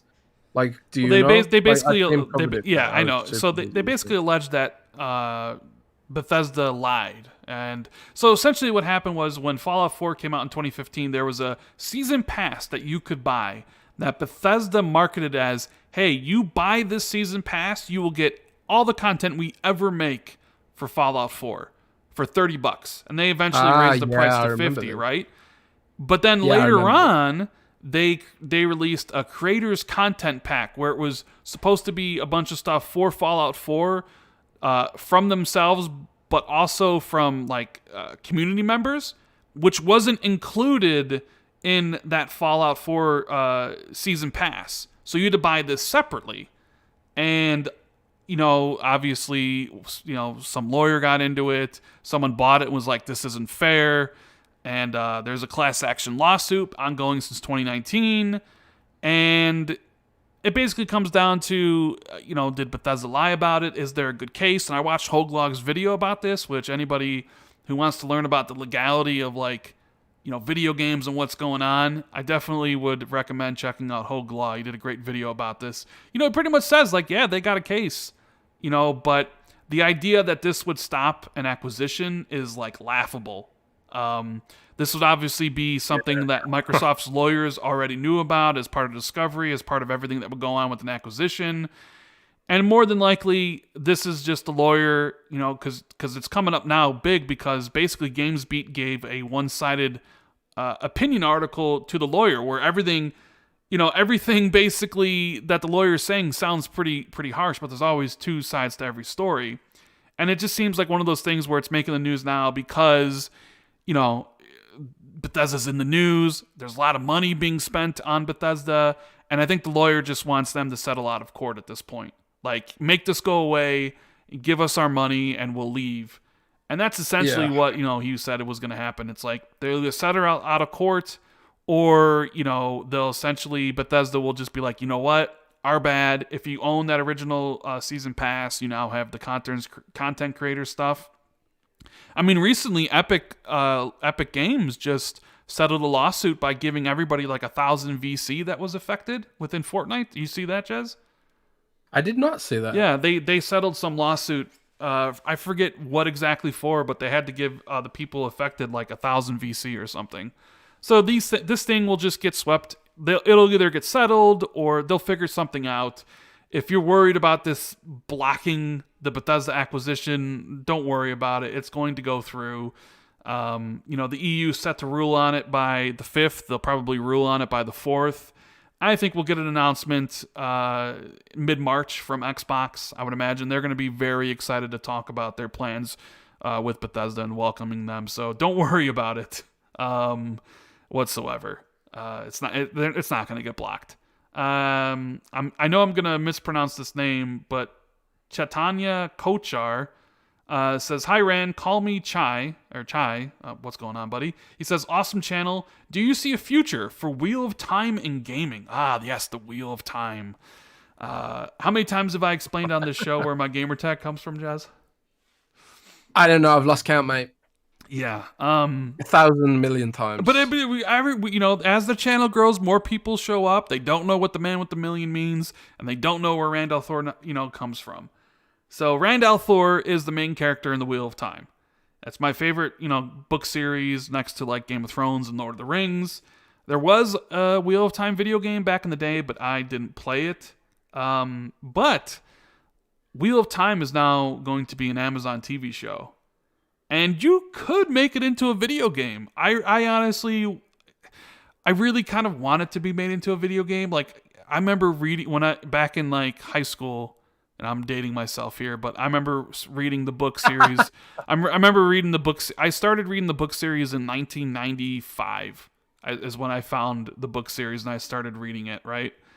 Wow, that was a long time ago, man. Yeah, I know, right? I would imagine, like, in my head, like, oh, not only what the world looks like, but like, oh man, wouldn't this be cool in a video game? The powers that Rand has, the battles that go on, and like, oh, so cool, Give us a really brief overview of what it is, because I have no idea, because I don't read. I hate reading. Every time I read a book, I think, why isn't this a movie? We have the technology. Why do I have to think? A brief overview. You realize that, like, I could give you a brief overview of Lord of the Rings. There's a bunch of little hobbits. They carry a ring that's evil.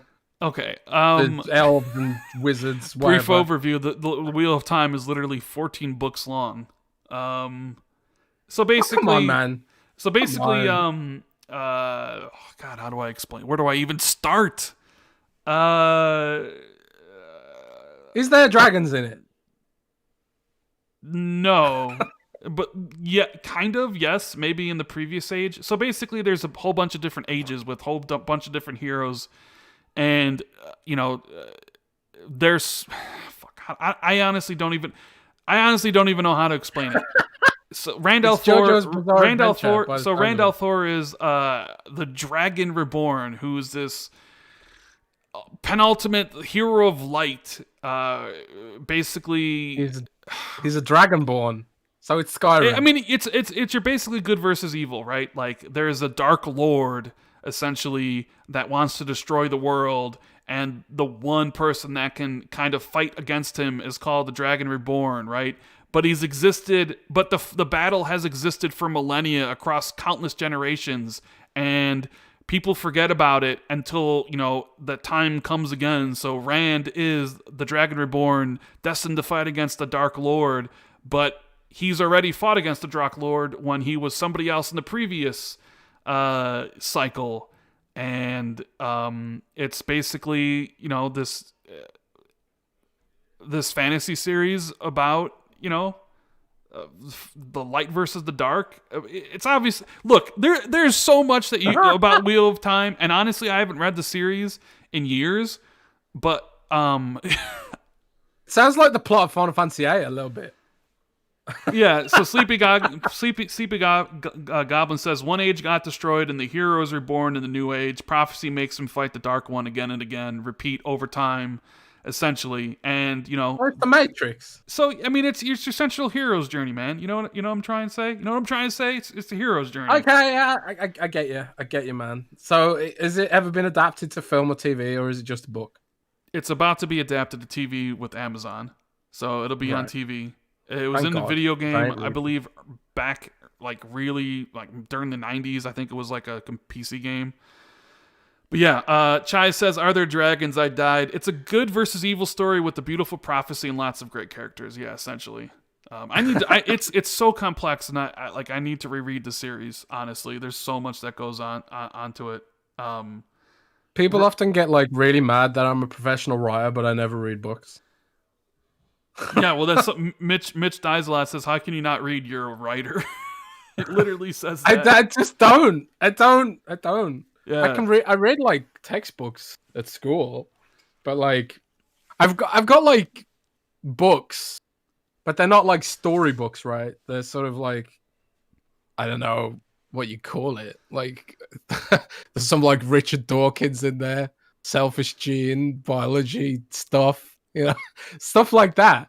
Like I happily read stuff like that. I actually have read like some HP Lovecraft, but I hate reading, man. I just hate Judah it. says, "Why write articles, Jez? Can't we just get them as movies?" Wink. Yeah, I completely agree. I never read articles like I never read game journalism articles either. I just rather just like watch a YouTube somewhere or something like Yeah, that. Z Black I'm Rider a fraud, man. so Game of Thrones. Yes, it is Game of Thrones before Game of Thrones, but a little bit more on the magic side. There's a lot more magic elements in it. Rand is my favorite character. He's the hero of the story. He's a badass. He's got 3 wives because prophecy says that these women will love him. Blah blah blah blah blah. Too bad that doesn't work out in my real life. He's just a badass character, and he's got 2 friends with him, 2 other guys, Matt Calhoun, who's amazing, and Perrin, who Matt? Yes. Hang on a sec.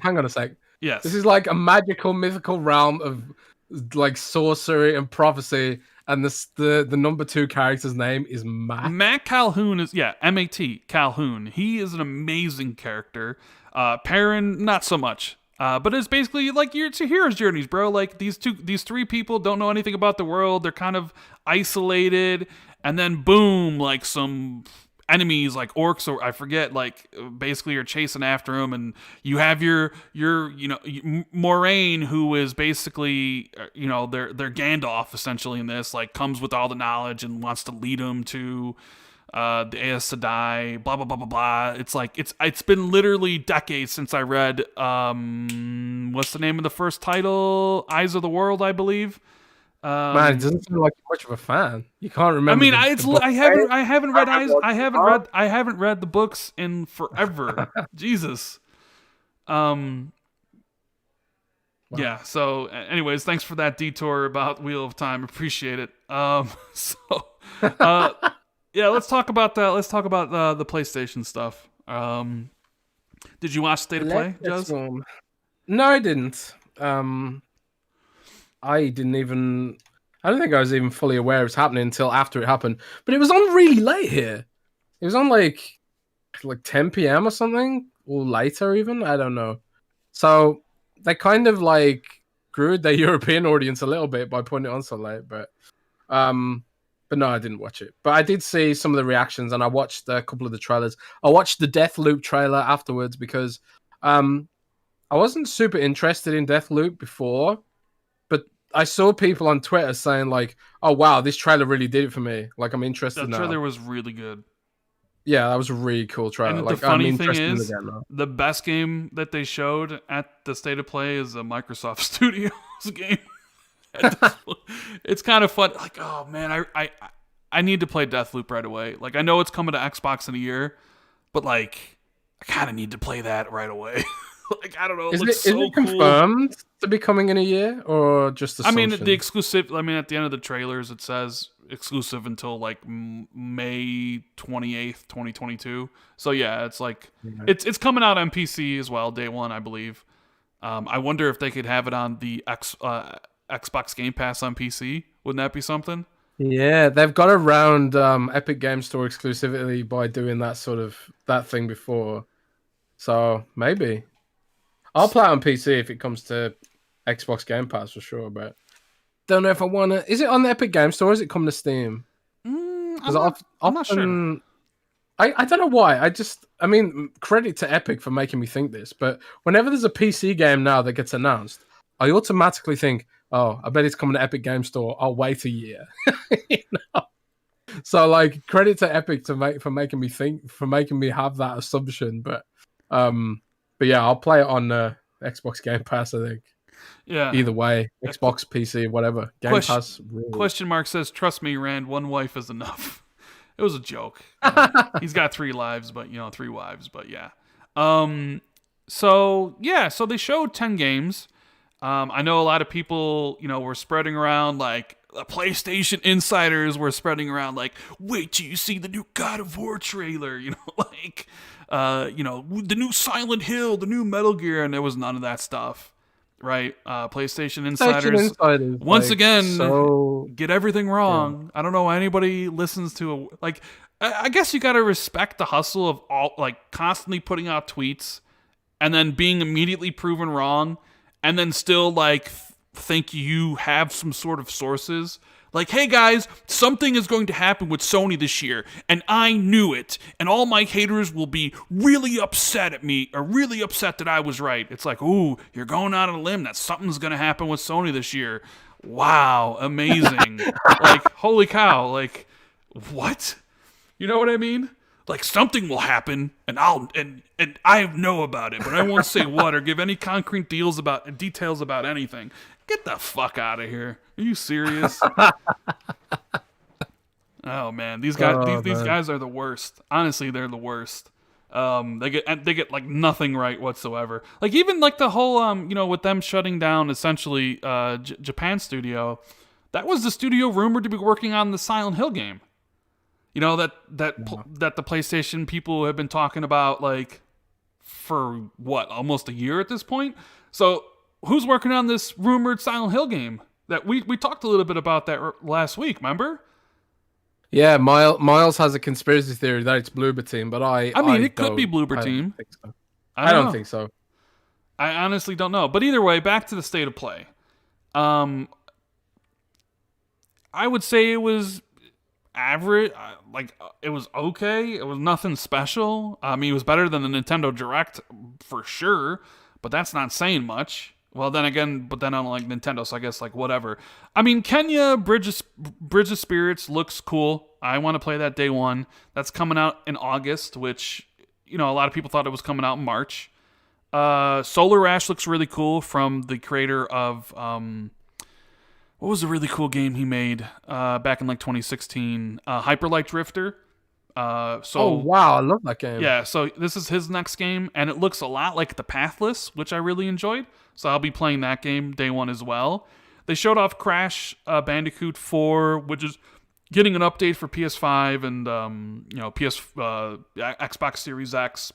Game's pretty good. I recommend you check it out if you haven't already.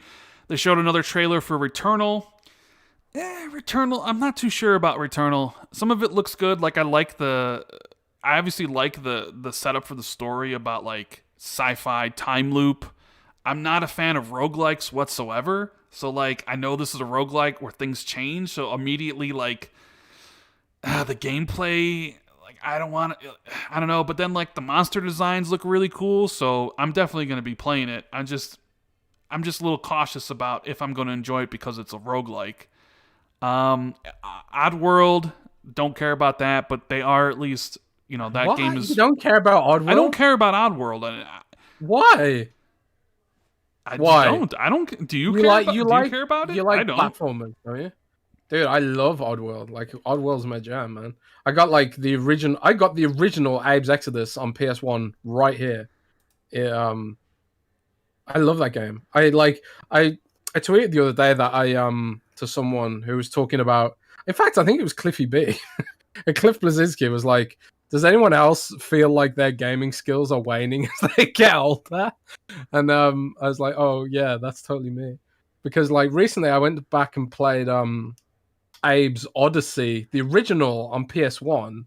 I know they did Abe's New and Tasty, which by the way is amazing, and everyone should definitely go and play that.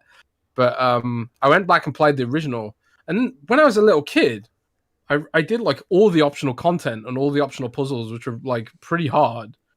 And then I was trying to do even just basic stuff to get through the game, and I'm sitting there thinking, man, how the hell did I have the patience for this when I was a kid? Because I'm just sitting there thinking I just don't have the patience now for this. But I don't know. I love Oddworld. I thought you'd like Oddworld. No, I never really cared for Oddworld.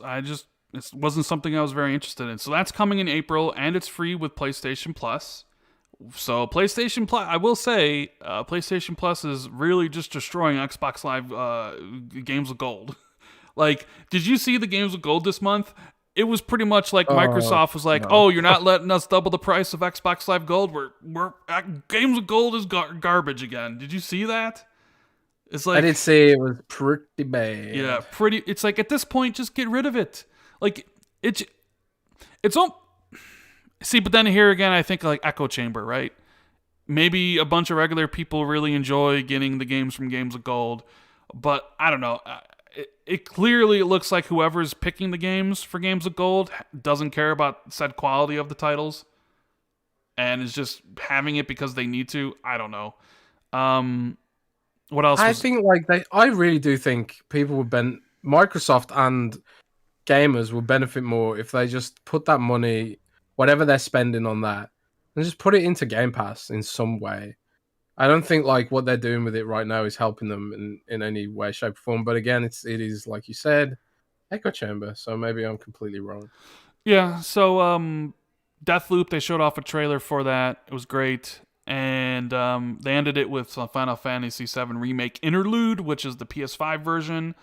And they showed off that there's a new chapter where you play as Yuffie and all the big updates like, oh, how it looks on PS5 versus PS4. And there's a free upgrade if you own it. So if you own the PS4 version, you get it for free on PlayStation 5. And you can even transfer over your saves, which is really great.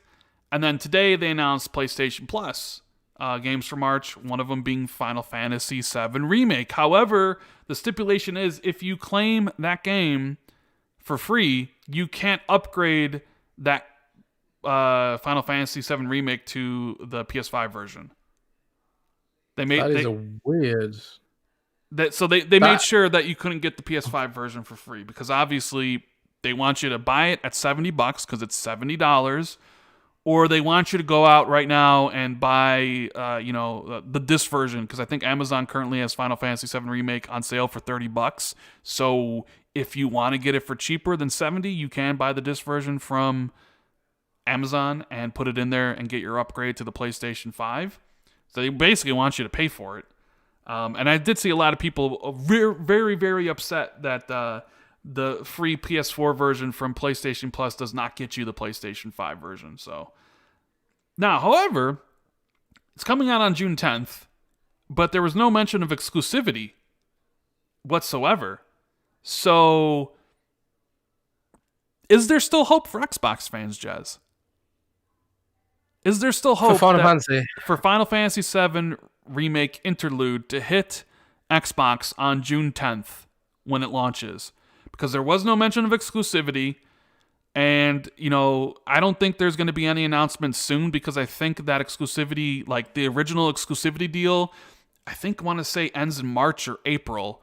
So is it possible that whenever that original deal ends is when Square Enix will announce the PC version and potentially the Xbox version coming in June? What do you think? I have no idea. It must be coming to Xbox at some point purely on the basis of the fact that they never, if it was permanently exclusive, I feel like they'd be shouting it from the rooftops a little bit more. And also they've basically clarified that it's not permanently exclusive or whatever. But at the same time, maybe Sony could extend the deal. Maybe, Square Enix is trying to bait them into extending the deal by being coy.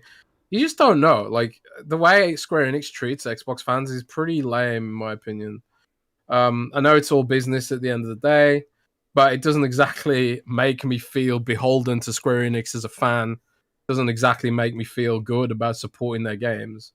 So, it is what it is, I guess. But I do think, you're right, that the fact that they didn't mention any form of exclusivity for this could be a good sign.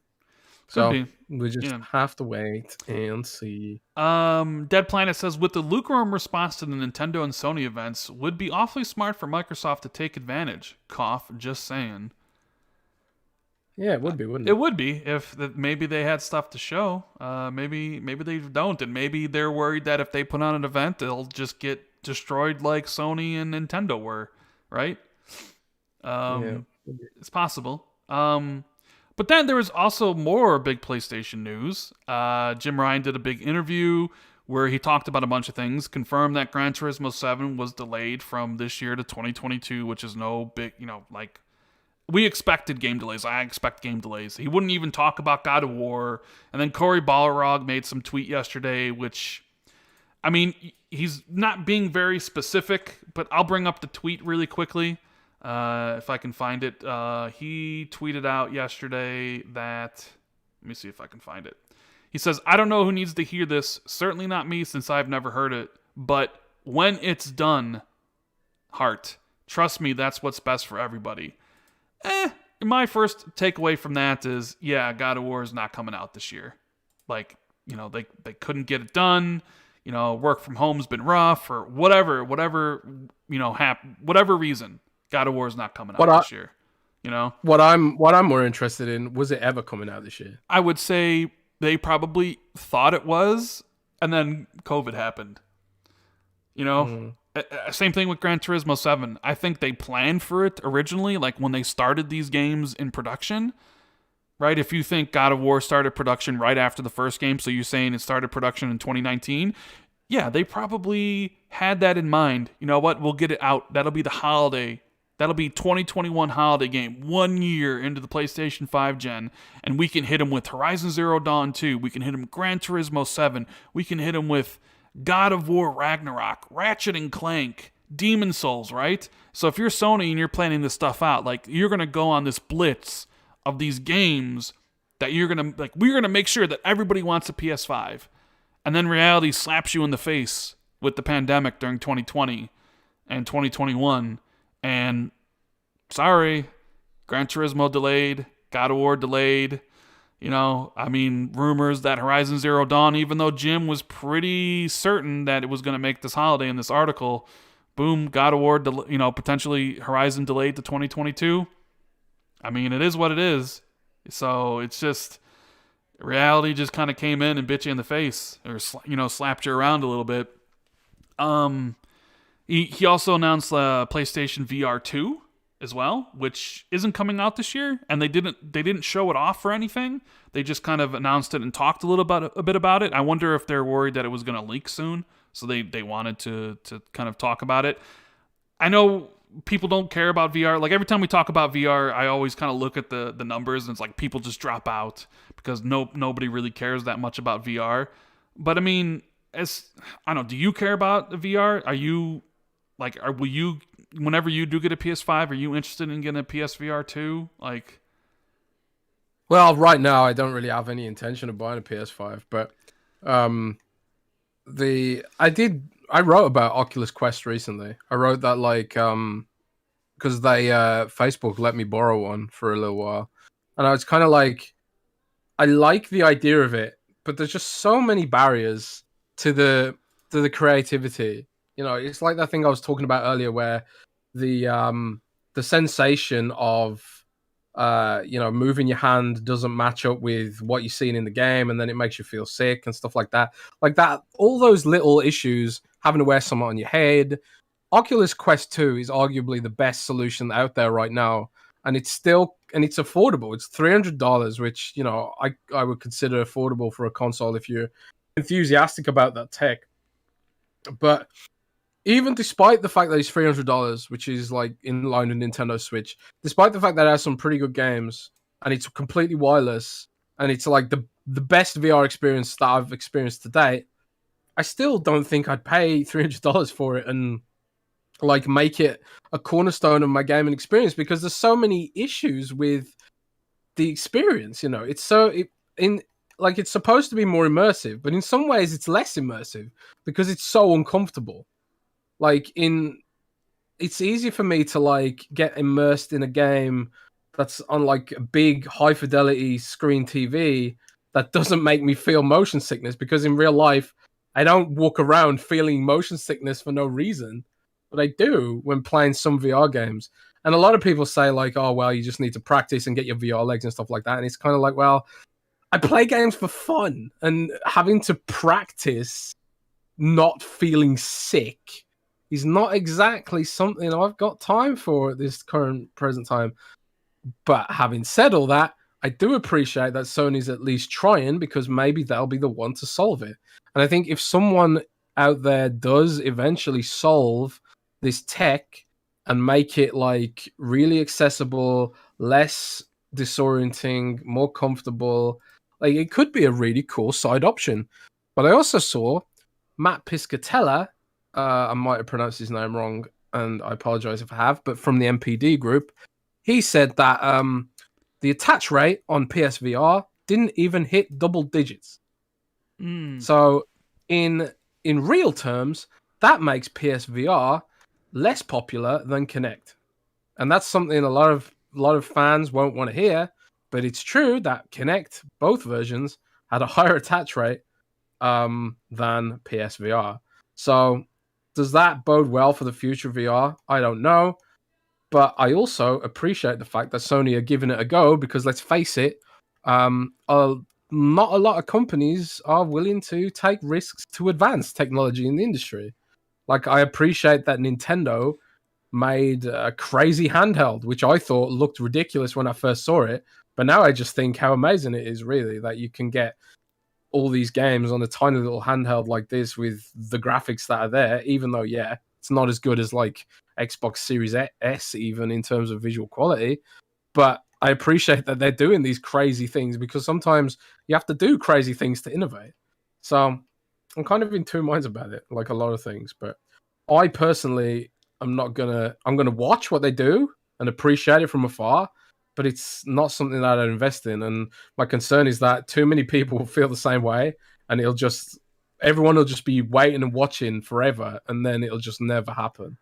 Yeah. But I mean, I'd be that's how interested. I feel about I it. got to see what it looks like. I got to see the price. And if like Half-Life Alex is on there, I would maybe consider getting it. Because there's no way I'm getting like a Quest or like an Oculus or whatever. So we'll have to wait and see. Showen says, if I'm Microsoft, I don't say or do anything till June. Commander Shepard says, have you heard about this rumor where Henry Cavill may be holding a script for Mass Effect TV series, possibly a movie? I did see this Yeah, the thing that was yesterday. awesome. That'd be pretty cool. I'm always down for that. Dan Lazario says, I don't buy the pandemic as an excuse. Working from home is easier in most cases. No, I mean, no. I think it depends on the industry. But I mean, clearly, we're talking about like, man, one of the selling points of the Xbox Series X dev kit is the fact that it's got super duper high speed Ethernet, multiple Ethernet connections for like making builds and transferring them around your studio. If you have a dev kit that requires like the download of like a 50 gigabyte build, or like there was news that came out this week that in the future Call of Duty Warzone won't fit on a 500 gigabyte console. Um, it's kind of like if you're trying to download these builds on a home domestic internet speed, it's not viable. And yeah, you can do maybe some of this stuff with cloud streaming. And I think I saw like some like Microsoft slides and demos were talking about using xCloud as a dev tool, so you didn't have to download like builds repeatedly and stuff to test them out. But a lot of studios won't have those services, and they're not set up for that. So I don't think you can just claim with any sort of authority that working from home suddenly is okay for these studios because a lot of them just aren't set up for it. And then you're asking people to put up with like, the kids are being off school because the schools are in lockdown, especially in the UK. They're still in lockdown now, and they're worse since like January. So like you got like little kids all around you all the time. It's not a great work environment, man. So to say that it doesn't have any effect is just incorrect in my view. I mean, I don't know, like what I really could add to this. I just think like just because work from home is easier for some people in some industries doesn't mean it's blanket statement. It's easier for every industry, right? Not everybody's work PCs are as strong as their work PCs. So I don't know, but I mean, you clearly look at it, like the heads of these, like Phil's talked about how it's pretty tough, and we're seeing like right now all these games getting delayed. I personally don't think it's an excuse because I think a lot of these companies would love to have their games out right now because people are dying for new content, and I think it's just the working from home isn't very good when it comes to video games. It might be good for other things, but not for this one. RA89 says, I really think Sony wasn't expecting Xbox to come so strong out of the gate, and the Bethesda deal is a landscape changer. They were caught off guard. I think Sony knew Microsoft was buying Bethesda. I think the big people in the industry knew about this. I don't think this would have been a secret. So, I think Google was probably, once Microsoft did decide to go that, I think Google was like, shit. God, maybe Google was hoping that they didn't spend the money, and then they did, and they were like, But I don't think Sony was caught off guard. God damn it. Yeah, like, God damn it. So yeah, back to the stuff, more stuff about the Jim Ryan interview. Then he talked about what me and Jez have been saying since 2019, that, what do you know, PlayStation's coming to, more PlayStation exclusives coming to PC. And the reason I like bringing it up is because of all the hate I got from the PlayStation fans when I said this was happening. When I said, you don't want to argue with me on this one, I have a source who's telling me Horizon Zero Dawn's coming to PC, and that Sony's plan is to put everything on PC. And I swear, these dudes were just like, you're lying. You're spreading misinformation. You don't know shit. You ain't no insider, which I've never claimed to be an insider, and I never will. I'm not an insider. I'm just a regular dude. But, sometimes I know people who know what they're talking about, and who, essentially are insiders.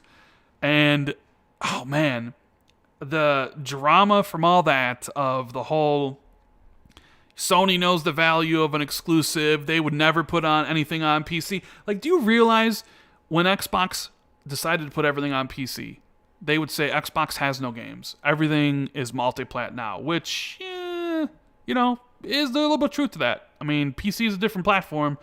Basically, Xbox hasn't had a true exclusive since 2016, since Quantum Break. They put them on PC, and now they're even on Steam, right? And I think, and there was a big backlash among a lot of Xbox fans. I mean, famously, Phil Spencer had to drop the hammer down on a few people. He had to slap some sense into a few people, and some people just never got over it. To this day, there's just some people that never got over the fact that Microsoft decided to put their stuff on PC, right? But eventually, most people were just like, this isn't that big of a deal. I don't care. It just gives me more options. And then Microsoft had the cool initiative where if you bought an Xbox game, you got the PC version for free. So you really didn't even have to shell extra money out. And then, of course, the PlayStation fans were like, Sony would never do that. Never. Sony would never do crossplay. Well, until they decided to do crossplay. Sony will never put their first-party games on PC. Well, until they did. Like, all the guys who claim to know exactly what Sony's thinking, once again, proven wrong, that they don't have a clue what any of these huge corporations want, which is just more and more money, right? And Jim Ryan laid it out in the interview, essentially. Jim Ryan laid it out in the interview. The guy asked him, why are you doing this? And he pretty much said, well, we make some pretty good games. There is a segment of the audience who don't have PlayStations that we can sell these games to. These games are also very, very expensive. So we're going to put these games over on the other platform. And the PlayStation community didn't, there wasn't a massive outrage about it, which is bull if you kind of follow the community here, because there certainly was a huge outrage for it. But then again, what me and Jess kind of talked about, hey, Echo Chamber, guess what? It might seem like a ton of PlayStation fans were against the idea of PlayStation games going to PC, but guess what? That's like 50 to 100 people on Twitter crying and complaining about it. It does make it seem like it's a huge number, but in reality, it's just like 0.001%. And the vast majority of people who play on PlayStation, one, don't even care about the exclusives, because there's 115 million PlayStation 4s out there. But, you know what? I think their highest selling exclusive is like 25 million. So what are the other like 80, 90 million playing? Certainly not PlayStation exclusives. And two, a lot of people who buy PlayStation exclusives don't even care if they want anybody else. It's just like that few hardcore that are really vocal on Twitter. And Jim Ryan basically told y'all, you don't matter. You don't matter. There was no outrage. You literally don't matter to us. Right? And it's just funny how we went from PlayStation will never put their games to PC, to when Death Stranding went, well, it's okay because PlayStation doesn't own Kojima, to when Horizon Zero Dawn went, well, it's just one game, and it was the Decima engine, which is what Death Stranding had, so it makes sense, and it was 3 years later, and then literally now to, oh, we're bringing a whole bunch of games, and now it's Days Gone, which is 2 years, so now we've gone from it'll never happen to, well, at least it's not day and date. Like, that and it's like literally I said this was going to happen. I knew this was going to happen. I tried letting people know, but the PlayStation fans didn't want to hear it. They thought that somehow their console war was how Sony viewed PlayStation. That they that there was this huge thing going on versus Xbox. And when in reality, both Xbox and PlayStation don't view the PC in the same way that you guys do. You're just upset because now you feel like your purchase has been lessened, right? That it's no longer as special as it used to be because someone else can play Days Gone, because someone else can play Horizon Zero Dawn. And let me tell you something. If you think it's going to stop at these games, you're completely naive. God of War will come to PC. Spider-Man will come to PC. Those games will sell millions there. And if you're then truly worried about PS5 exclusives going to PC, let me tell you something. They'll go there too. Not saying they'll go there day and date, but they'll go there because Sony's going to... Sony sees what Microsoft's doing. Sony sees what the money they're making on Sea of Thieves and Microsoft Flight Simulator, and they're going to go after that. I mean, I don't understand how people don't realize this and couldn't see it coming in 2019. Sorry, there's a little rant there. Whatever. Someone says I sound butthurt. Nah, I'm just. I got a big smile on my face, man. I'm just saying, exactly what I said was gonna come to pass has come to pass, and now like everybody's like moving these goalposts and saying that they knew it was happening. Bullshit! You didn't know anything was happening. You didn't know anything was happening back then. Anyways, what do you think, Jez? Well, I just think, obviously, it's just about money. And I remember having these conversations when Microsoft announced Quantum Break would be on PC. They're leaving money on the table by not doing it. Like, these are x86 systems, so it's much easier to bring games between the systems than it has been in the past. And at that point, it's kind of like, well, it's sold through all it's going to sell through on PlayStation. It's literally a no-brainer. It's less than a no-brainer. It's like, I literally have no brain, and this is still a good idea. So that's just where it is. It's literally money. And it's not a bad thing at all, because the people who are going to buy PlayStation are always going to buy PlayStation. The people who buy Xbox are always going to buy Xbox. We've talked about being locked into a platform in the form of, your digital licenses and stuff like that. And, there's certainly an argument to be made that the console market is sort of reached the saturation point where everyone who ever wants to buy a console is going to do it. And that there's not, a huge amount more people that are going to, do it because there's so much more competition from other forms of media and other platforms. Like, we saw Square Enix announce a goddamn Final Fantasy VII Battle Royale mobile exclusive this week. I know, right? Jesus. And, the landscape is changing. I'm not saying, consoles are going to go away by any stretch of the imagination, but it's not the sort of the be-all and end-all market of gaming that it used to be. It's not sort of it's not an industry that is dominated specifically by console anymore. It's a market that's sort of made up of multiple markets. I think one thing my boss before Windows Central was purchased by Future, my boss always used to say something that was before there were millions of consumers and only a few businesses, but now there's millions of consumers and millions of businesses, and you can find a niche and have a success in any sort of in so many different businesses and so many different ways now. So even though all the memes about Windows Phone being dead and nobody used a Windows Phone, we still had a really massive, really popular website because even though it was niche, there was still enough people using Windows Phone that we could build an entire business around covering it. So, but eventually we had to expand because that is what you do when you run a business. You want to expand, right? So we got to a point where it's like, well, Windows Phone isn't growing. In fact, there's compelling evidence to suggest that it might not survive. Thankfully, consoles aren't in such dire straits, but we diversified our business and started covering Xbox, started covering PC, started covering gaming and everything else, and we're expanding even more now. We started covering cryptocurrency, for God's sake, because that's vaguely related to PC because you need a GPU to mine Bitcoin and stuff. So it's the diversification of their business is only a good thing, and it means Sony's smart. They're seeing the trends, and they're instead of just resting on their laurels and listening to people on Twitter guide them about how to run their multi-million billion-dollar business. They are actually using their good business sense and diversifying to a point where they can just get free money. That's right there on the table for them for the taking. So this is only a good thing for Sony. It's completely logical. There's some of the drama I've seen on Twitter. Some people have I saw some people sharing tweets from people who are really genuinely grown men who are really genuinely upset about this. Why is it always men?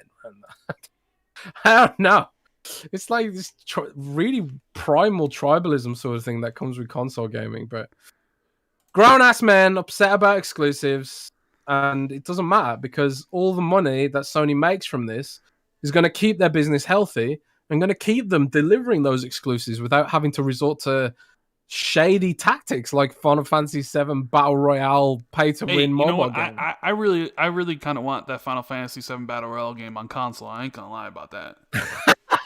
I want a new Battle Royale in my life. I was also upset when they announced PUBG New State, which is essentially PUBG 2 for mobile phones, and it looks better than the version that came out in 2017. It's like, come on, really? Mobile phone? Put that shit on console. Let's go. Come on. Well, that's the scary thing, isn't it? It's the landscape is changing to the point where they're announcing mobile phone exclusives. The Final Fantasy remake, the Final Fantasy VII remake that I wanted, that was turn-based and had the same sort of art style, just like High Fidelity. They announced that as an iOS and Android exclusive, for God's sake. The landscape is changing, and change can be scary, but Sony moving things to PC is the least they could do to change things. It's actually it's a good thing. Yeah. It's only a good thing. And but they don't view it like that though. They think this is this might be the end of PlayStation because they think that they put more and more games on PC and the time frame is lessened. So instead of 3 years, it's 2 years, it's 1 year, it's 6 months. That means suddenly that everybody will buy PCs, but it's just I don't see that happening. Even if they did day and date, which I don't think they will, I still think people will just buy PS5s just because it's cheaper than buying a really good PC. And I also think a lot of the console audience is also, people who don't want to get into PC gaming. And then you have the teenagers or young kids getting stuff from their parents for Christmas. Those parents aren't buying $2,000 PCs or $1,500 PCs, right? They're just going to walk into a store and buy PlayStations. If PlayStation put everything on PC, day and date, and so you could get everything from PlayStation, Xbox on PC, I would still game on console. I don't care about PC gaming. And I think there's millions of people just like me who will be I don't care. I don't want to screw around with PC gaming. And I think those people, the ones who say that this will have some huge impact, think everybody would just be well, it's time to game on PC now, which I don't think is necessarily true. No, I literally have a gaming PC, the RTX 2070. It's not cutting edge, but it can run most games at 60 frames, 1080p or higher, and it's kind of well, I have this gaming PC, but I still just preferred console because I've got NVIDIA Studio drivers installed for Adobe Premiere, which sort of is just something that I have to do for work. But also because I just prefer the ease of use and stuff like that when it comes to console gaming. It's separate, it's contained. All the things that I need for gaming are there, like my friends list, blah blah blah. and Xbox does have that stuff, and Steam does have that stuff. But I really hate Steam as a program. I hated it when it first launched, and I had to install it for Half-Life 2, and I still hate it now. It's like it's clunky, it's web-based, it's horrible. I hate Steam as a platform. I don't know why people like love it and get obsessed with it and get salty about it. It's so bloated and dumb. What are these trading cards, for God's sake? Who cares? You know, I don't give a crap about Steam trading cards. And then every now and then I get a notification like, "Oh, you got a Steam trading card." Like, I literally could not care less, Valve. I could not possibly care less. So when people moan about like the Xbox Game Bar being installed in Windows and stuff, like PC purists, and then they're totally fine with stuff like Steam trading cards and all the crap that's in Steam, I just laugh because it's just the hypocrisy, you know. But people can game where they want to game ultimately, and everyone's going to have a preference. And you know, I think console gaming is just going to remain profitable, even if it doesn't grow to the, you know, beyond what it is now. I think it will stay profitable enough to the point where we still, you know, get those games and we don't have to worry about it. But, you know, the fact that PUBG and stuff is launching first on mobile, and Final Fantasy VII, the real Final Fantasy VII remake, is launching as a mobile exclusive, that's just indicative of the changing landscape, you know? Mm-hmm. It's not going to be the last thing that changes either, you know? Got to kind of just accept it and get used to it. Yeah, adapt or die, essentially. All right? Yeah. Showen too, adapt or die. Showen says, I told people that this new gen will be spending wars, and Microsoft has no true competitor with PlayStation and Nintendo in this space. Z Black Rider says, Jez, why are you triggering my Windows Phone love? And he also says, and it's a hard T in throat, I guess. Anyways. John G says, got new gamer laptop that I use for xCloud. So, yeah. Thanks for all the support, guys.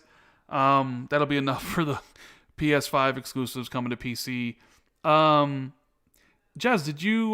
so we mentioned this a little bit before the show, but Jason Schreier wrote some new info about Google Stadia. Essentially, that they... let me see if I can bring up his article really quickly. He said that they missed their initial sales targets by hundreds of thousands. Yeesh. They tried to take on consoles rather than starting small. And to bring games like Red Dead, Google spent astronomical sums, tens of millions each. And he went on to continue to say, just to reiterate the absurdity of this thing, sources say Google spent tens of millions of dollars, the budgets of some major games per Stadia port. Publishers like Ubisoft and Take-Two were raking it in. And he goes on to say, pay $20 million to Ubisoft to port Assassin's Creed and The Division, or pay $1 million to 20 small developers to each build something cool, betting that at least one of them will be a hit like Stardew Valley or Valheim. Shrugs shoulders. And he goes on to say, Stadia had a lot of flaws, but its fatal flaw was marketing. If it had started with a muted launch and grown from there, rather than promising to be the future of gaming and trying to take on Xbox, PlayStation right away, we might be telling a different story right now. Well, like, it's just hilarious. Like, I was messaging you yesterday on Twitter saying, like, man, I've got a Google Stadia here, unopened. A Stadia, what is it? Stadia Pro. Yep, I have one of those too, completely unopened. Yep, I got it for free too. Yeah, so I literally have here right now Stadia Premier Edition, unopened, with a Chromecast Ultra, Stadia controller, blah blah blah blah blah, like everything you need to get started with Stadia. They gave it for free for being a YouTube Premium subscriber, and I literally just haven't bothered opened it because there's no games to play for it that I don't already have on Xbox. And it's like, why would they bother adding the extra latency in? So for them to try and go up against consoles is just a ridiculous strategy in of itself. But one thing I was told from developers was they don't want to take the risk on porting their stuff to Linux because a lot of games just aren't on Linux. And if you're paying, if you want Ubisoft to take the risk and come to your platform and port their stuff to Linux, assuming they hadn't already ported it, of course, that's a massive barrier. You have to offset that risk by giving them a load of money, saying like, look, there's no risk. Here's a load of money. But I heard the Linux thing was a big barrier to, especially to sort of mid-range smaller devs, and they just didn't even see it as an option. you know. So, man, they really just screwed up the whole strategy here. But it just goes to show that gaming ain't easy. It's hard. We've seen so many in the space fail over the years. Even big names fail, like Dreamcast and stuff like that. And for them to just think they can waltz in and just be like, "Oh yeah, we're Google, we can go for it and take over." It's just hilarious. And Google does this repeatedly. They've done it with like they did it with Google Plus, the whole like, "Oh yeah, we'll take on Facebook, no problem." And then like Google Plus died, shut down. And like most things Google make, there's like a whole website called Killed by Google, which is like a list of all the products they've failed to put out there and launch. They're just kind of lame company. They are a cloud company and pretty much nothing else. You know? Chris Hughes says Google Stadia needs Xbox Game Pass. I'm sure everybody at Xbox is very happy that Google Stadia is pretty much dead. Trust me. Like don't want they wanted Google gone, and they're gone. And James Moore says Xbox makes PC experience bad on purpose. I don't think they do. I don't know much about the Xbox experience on PC.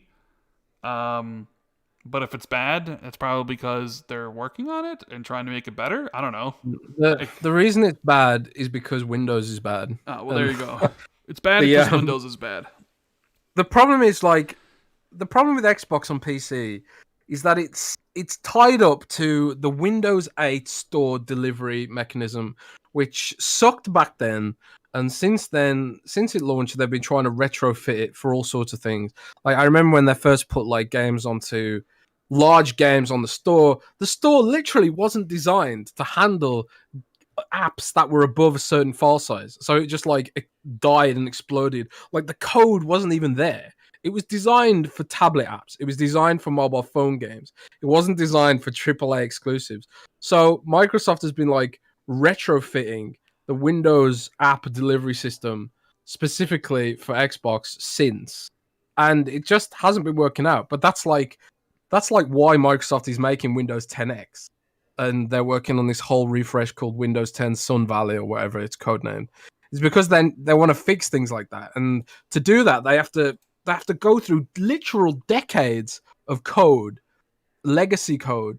Like one of the biggest strengths of Windows is that it's so backwards compatible. Like I can take a game from the 80s and run it on Windows 10 laptop, no problem. That's because all that legacy code is still there. But at the same time, that legacy code stops you polishing features, modern features that you need. So like Windows 10X does away with all that because it's built from the ground up to be a modern platform. Like it's not going to have Win32 at launch, but something that's going to come later apparently. And that's why the experience sucks on the Windows Store, because the delivery system sucks. But they are working on it. But who knows when we'll see the fruits of that labor. Sherman Jacob says, "You guys are the best. Makes my week. Keep it up." Thank you, man. That's we really appreciate that. That people are, we're almost coming up on 3 hours, and we still have pretty much almost everybody who's been watching the show all day. So that's pretty sweet. Jazz, so Google Stadia is dying or dead or whatever you want to call it. Is Amazon Luna next? Because the head of Luna, the whole platform, Mark Whitten, left to join Unity. Is there trouble at Amazon in regards to cloud streaming as well? Is Microsoft going to be the last one standing? It's interesting, right? Because it wasn't just Mark Whitten that joined Amazon Luna recently. No, Unity, sorry. Peter Moore. Yeah, Peter Moore joined. Yeah. So I had a few people in the industry message me, and they were kind of like, do you think Unity's making a consumer play? But then I spoke to some other people, and they were like, if you look at Unity's investor statements, which I haven't done yet, they're pretty like upfront about where they see their future, and it's not necessarily that they're gonna like release a Unity store like Epic did and try and make their own games and stuff like that. I don't think. They're still like focusing on business tools and cloud and stuff like that. Unity's become very popular. It's kind of like amongst the hardcore of us, maybe Unity has, I don't know, a bit of a stigma attached, because a lot of the games that are on Unity have sometimes aren't the best, I guess. But at the same time, it's driving like a huge amount of creativity and innovation, and it's a cool engine. Like it's by all accounts. Obviously, I'm not a dev, so I can't like speak to the technicalities of it. But it's popular for a reason, you know. So I don't think Mark Whitten moving to Unity means Unity is going to start trying to compete with the big boys in terms of consumer stuff. But Luna has a lot more going for it than Stadia did because they're not asking devs to port games to Linux; they're letting them keep them on Windows. So, ironically, Microsoft benefits from Amazon Luna just because of the the monopoly of that is Windows, and also Amazon is a retail monster. So similarly to how Amazon plasters Amazon Echo and Amazon Fire tablets all over Amazon.com, which is one of the most visited websites on earth of all time, they can potentially just be like, oh yeah, check out Amazon Luna, and like millions of people will do it. Potentially. And they can potentially as well get lots and lots of content for it very quickly because they got retail connections, and also they're not asking developers to port their games or whatever. And they've also got boatloads of cash they can use to incentivize devs to come and give it a try. So I don't think Mark Whitten leaving is something where you need to be like count Amazon out, but it doesn't exactly create a good look. And maybe Amazon isn't all in it either. Like Google clearly wasn't all in. They clearly weren't. So it's another one of them wait and sees. There's a lot of guesswork when it comes to stuff because you just can't be a fly on the wall, like knowing what these companies are doing. You just sort of have to like make the best guesses based on what sources think and stuff like that, without actually being there with a drone spying on people. That's true. Maybe we should buy a drone and fly it through like Xbox's window or something. I wish we had all the inside info on Xbox and what's going on, but yeah, I mean that's a good take on Luna. Yeah, obviously Google Stadia is probably done for the count, but we'll see how Luna fares. I don't know if that's a good sign that their head leaves, but you never know. I think that's going to be the show. We'll take a couple questions so we can get out of here. I know it's a little bit late for Jez, and the show was a little bit long. I thought it was a pretty good show. Hope you guys enjoyed it, and if you did, make sure you hit the like button, subscribe to the channel if you're new, and hit that notification bell so you're always notified whenever this podcast goes live on Friday or Saturday, and whenever I drop a new video. We'll be back here next week. Hopefully something new happens. It seems like something always is happening in the video game industry. So if you guys got any questions that we didn't answer during the show, make sure you put them in chat, and we will get to them.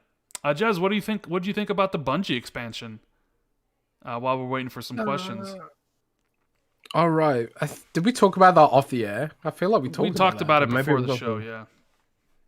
Yeah, it's strange. It's kind of like I wouldn't have expected Bungie to have that kind of cash flow where they can just be like, oh yeah, by the way, building a new studio, hiring a bunch of people, blah blah blah. But maybe they do, or maybe they've had. I know they have investment from some company. Was it Tencent? I want to say Tencent. NetEase. Yeah, get mixed up sometimes. But yeah, NetEase. So they had some investment. Maybe they had some more investment. Although I feel like we'd know if they did. But it bodes well, I guess, for Destiny. I think one of the things they lost when they split up with Activision was support studios. So Raven Software and Vicarious Vision. Is it Vicarious Visions? I think they both worked on Destiny while it was under Activision. So in a support capacity. And I suppose because of the pandemic being what it is, and Destiny not having a publisher now, they don't really have access to the kind of resources from on the outside. Support studios are in massive demand right now because they are set up for remote working. So like if you're like a core publisher studio not set up for remote working, the logical thing is to like get a support studio in that is set up for remote working. So I've been told by people in the industry that support studios like like Splash Damage before they were picked up, they're in massive demand right now. And so much demand, in fact, that no one can like get them. I heard that, for example, Cyberpunk suffered from not having the ability to outsource as effectively as maybe they would have hoped to be able to. Don't know if that's true. It's just something I heard. But in any case, yeah, I'm not a big Destiny fan. I think people who watch the show probably know that by now. But I want to see every dev do well, and for Destiny fans, I guess this is a really cool thing. It's also interesting to think about, like, what comes after Destiny. Their new IP. Yeah. So I suppose there's that question to answer too. Yeah. Yeah, I'm kind of surprised that this happened. They basically built a second studio. They're continuing Destiny forever, essentially, and then they have a new IP launching. They said by 2025. I don't know. Does that make them untenable to purchase for Microsoft or Tencent? You know, maybe, maybe not. But I guess we'll find out. Humdrum wants to know if we think the Bethesda closes this upcoming week, Jez. It'll be March this upcoming week. Do you think it closes? Do you think maybe? Oh. I mean, it could close, but I would imagine. You know what? I'm gonna say it doesn't close next week. Maybe it will. Maybe it closes at the end of the week, and then they make an announcement the following week. I don't know. We'll just have to wait and see. Sleepy Goblin wants to know: will Google purchase the Soldier Box? That's funny. Let's see here. What else we got here?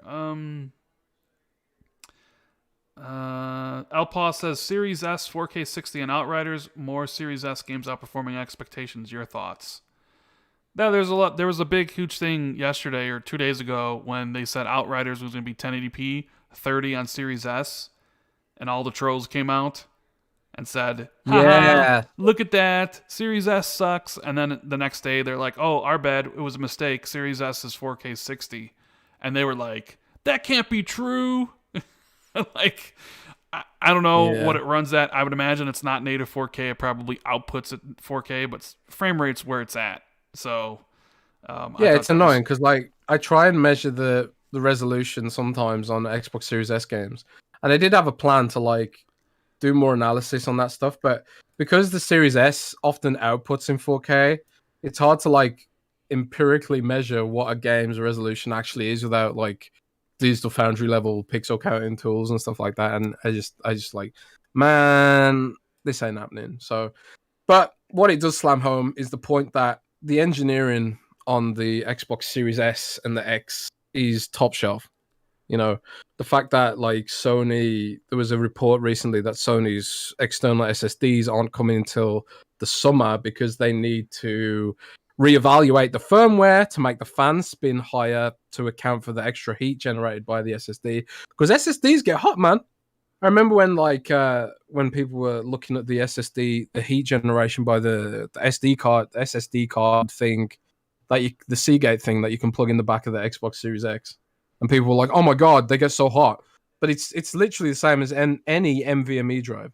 Like, the NVMe drive in my laptop gets similarly hot. And you're generating all that extra heat, it has to come out somewhere, you know. And for Sony to have not accounted for that at launch speaks to the quality of the Xbox Series S and X. It really does. Like, they had all the hardware features of the Xbox Series S and X were there at launch, pretty much. The only thing that sort of was a little bit iffy was quick resume, which works on some games, doesn't work so well on others, but for the most part, the hardware was just literally almost perfected. And yeah, we've got, like, some issues here and there with some stuff, but it's nothing as big as, like, oh, by the way, external SSDs are coming later. That's strange. Can you imagine if you bought a laptop and they said you can't expand the storage for like a year almost a year? Yeah, that'd be very strange. Yeah, weird. Shout out to Sleepy Goblin 2D for becoming the newest member. Appreciate the support. Enjoy all those emotes. Yeah. Yeah, well, I literally lost track of my thought, Jez. I'm sorry. We're just talking about the Xbox Series S being a little beast. Oh, yeah. Yeah, I guess it's just like, don't say anything till you know the truth because you look like a fool. And a lot of those guys look like fools now, obviously. So it was weird because I knew it was wrong because Outriders had been in the Insiders ring, and people had played it. and it was 60 frames on the Series S before. So I thought it was weird when they announced it at 30. I was like, well, that's not true because people have played it already and it's 60. They must have it wrong, and sure enough, it was. So, Yeah. Glitch Doctor says, should Microsoft try to reach out to more devs that want to start a project on their own? If more games like Falconeer, Bright Memory, or Song of Iron comes to Xbox, Summer of Arcade is kind of back. I mean, I'm all for Microsoft reaching out to developers to bring great indie titles to the system, and they've been doing a pretty good job of it. And Summer of Arcade they kind of brought back, but it was just kind of like, oh, every single game we release in this month period of time is part of this, promotion or whatever. I don't think we'll ever go back to the days like it was in the 360 where it was like one title this week and it's Super Meat Boy, and then one title next week and it's something else, because like 10 games usually launch on Xbox every single week, indie titles if you count everything. It's just kind of how it is these days, True that. Aaron says CD Projekt Red devs after the hack couldn't work for weeks. Yeah, there was another story that their whole February update, it has to be pushed back because of the hack. Most of the employees couldn't work for a while. Jez? Yeah, so this was a report from Jason Schreier. Again, No. This there was a report from Jason, but I mean they came out and said, "Hey, the February update's not going to be out in February." Oh yeah, but Jason went into some further details about like how the employees themselves have been doxxed, and how CD Projekt Red told them to amend their bank details and stuff. Like, it just sounds horrific. The stuff they're going through over there, it really, really, really sucks. But yeah, it's just crazy, and it just goes to show like how I want to say this could have all been avoided, but hindsight is 2020, isn't it? Indeed it is. Anyways, guys, I think we're approaching 3 hours. I know Jez is probably getting tired, and I didn't expect the show to go this long, so we're going to end it there. We'll be back next week for another new show of the Xbox 2, hopefully on Friday again. We're try that streak. It actually worked out today because Jez didn't turn into a monster. His DNA didn't change. So I don't know, but I feel I got a higher affinity for Bill Gates, so weirdly. There you go. So yeah. If you enjoyed the show, hit the like button on your way out, and we will see you next week. You got anything to say before we get out of here, Jez? Not doing questions? We did. We just answered a whole bunch. Oh, really? I thought they were topics. No, those were questions from people. Oh, shows what I know. But all right. I don't know. Have an awesome week, peeps, and I guess I'll see you next time. Oh my God, it's midnight. That's what I'm saying. It's late. Idea. Yeah, it's really late. Yeah. And we had taken some questions. So yeah, have a good weekend, guys, and keep it.